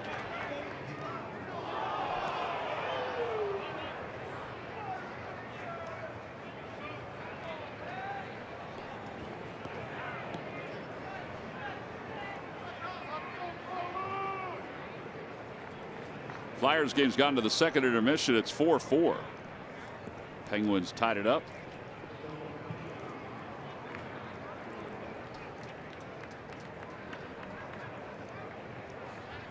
Oh, 2 pitch coming to Moran. Got him. There you go again. A little tardy once again, Mike. 2 outs. Watch this go right through there. Boom. Almost in the glove. Jordy Mercer is now the hitter.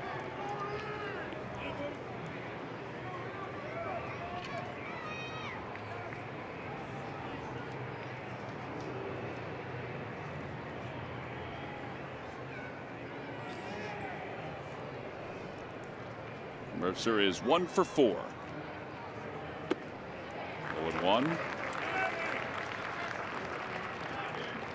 They can't be seeing the ball. Wild swings at bad pitches. A little guessing going on, you think? Well, you know, they're trying. It's just not really good sight lines here right now with those light stanchions and the sun. And out of the dark and into the light and back into the dark.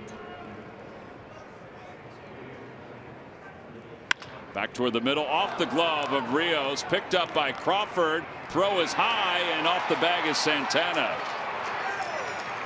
And now runners on first and third with 2 outs.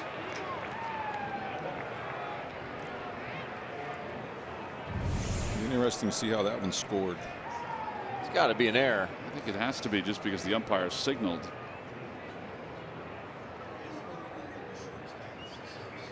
It's a good call by the first base umpire, Bill Welke. I think Rios saved himself a run there, though. Yeah, because the misdirecting it. Yeah, I think that ball would have gotten up the middle. Well, now Diaz, who is 2 for 4. Elias Diaz hitting .429. 22 plate appearances this year.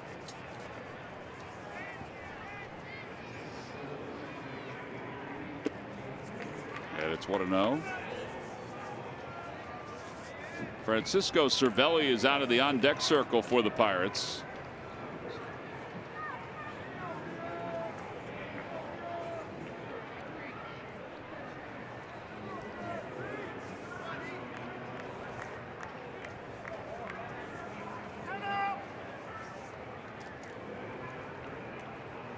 Santana just let him know that he's going to play behind the runner, or at least in the same vicinity as the runner at first.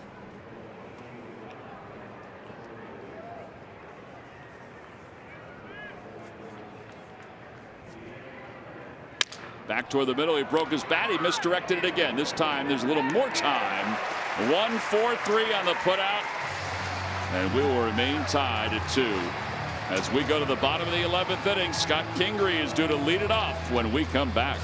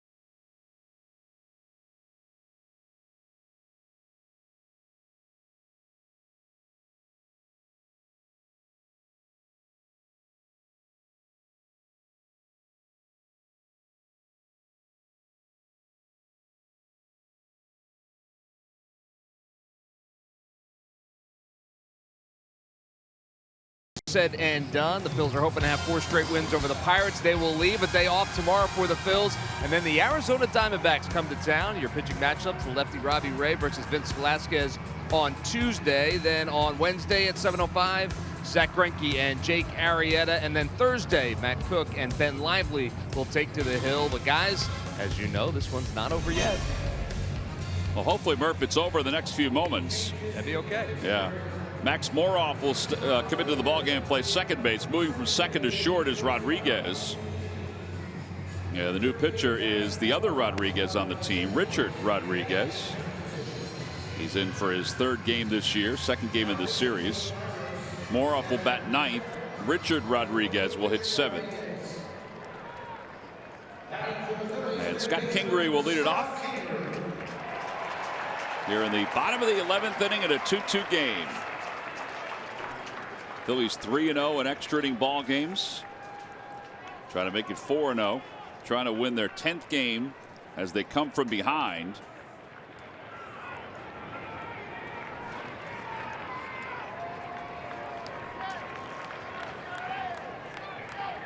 First pitch is outside. 1 ball, no strikes. Kingery, Knapp, and Aaron Altair, who's going to get up for the 3rd time and didn't even start the game. Center field, Starling Marte. And 1 out. Good swing. Just hit the bottom of it. Sounded good.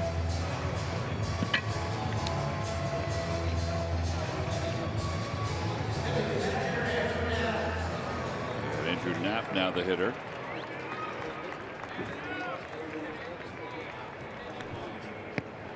Knapp is 0 for 3 with a walk.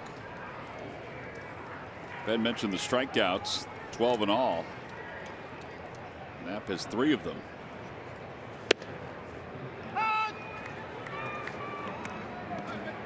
But he's given another chance, so that can all change right here.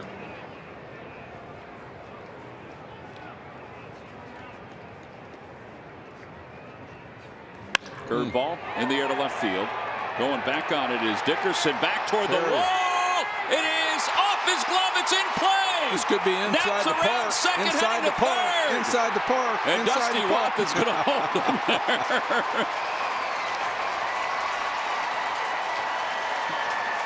You know, if they knew Rodriguez was going to slide the way he did, which was not smart on his part, they probably could have sent him if they wanted to. What did that hit? It hit the, well, it must have hit the glove, must have hit the top of the wall. Because, I mean, this thing really, see how he kept his head down on that? Yeah, well, that worked. That little uppercut worked on that curveball that was kind of coming down. Hit right at the top of the fence. Yeah, hit the crack in the metal fence. That's right? what it was. Boom. Yep. Nice carom. They're going to review it, but this is a triple. Game of inches. Yeah. But you guys saw Rodriguez slide, which I thought was ill-advised. He's fortunate that he kicks the ball when he slides. That, or even how's he going to get up and make the throw cleanly?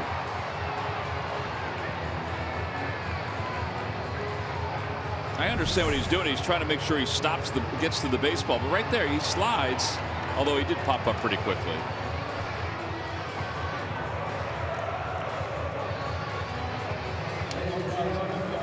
Another catcher with another triple. All right, here are the umpires. They're just going to affirm this, and they do.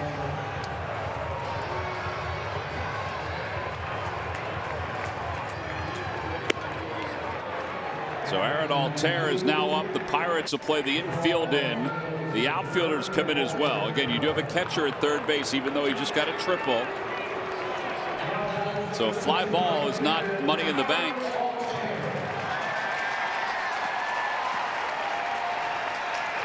Aaron is 2 for 2.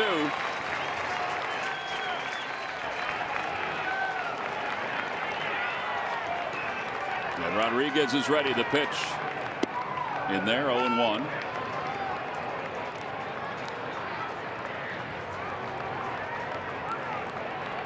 Reminder coming up.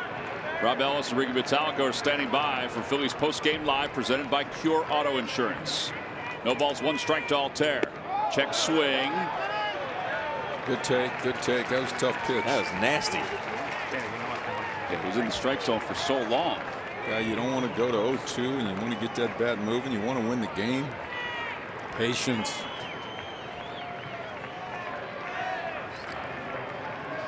Guy on the mound doesn't want to throw you a fastball. 1 ball, 1 strike. 1 and 2 There it is again.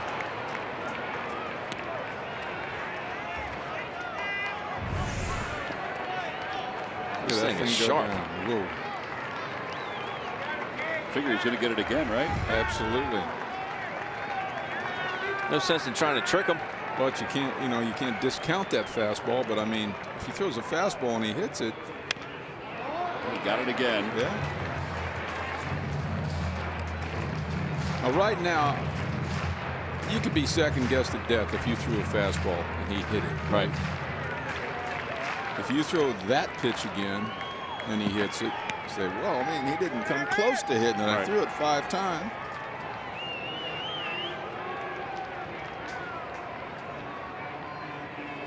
One and 2. And a hot shot through the hole on the left side. Knapp's going to score. And the Phillies have swept out the Pittsburgh Pirates with a run in the bottom of the 11th inning. They win it 3-2. And look at the mob, Aaron Altair. He didn't even start today, and he finishes 3 for 3 with the game-winning RBI. Half a day. How things change, right? Incredible. Good being with you guys. Nice weekend. Look at that, Mike. First Good 4-game baseball. sweep over the Pirates since '94. First 9-1 start at home since 1964. As the Phillies win it by a final score of 3-2 in the bottom of the 11th inning. You know, it's in games like this, you also have to credit the people running the games, the manager, managing the bullpen, the matchups, all of that. A lot going on those scorecards. Yeah, things worked out.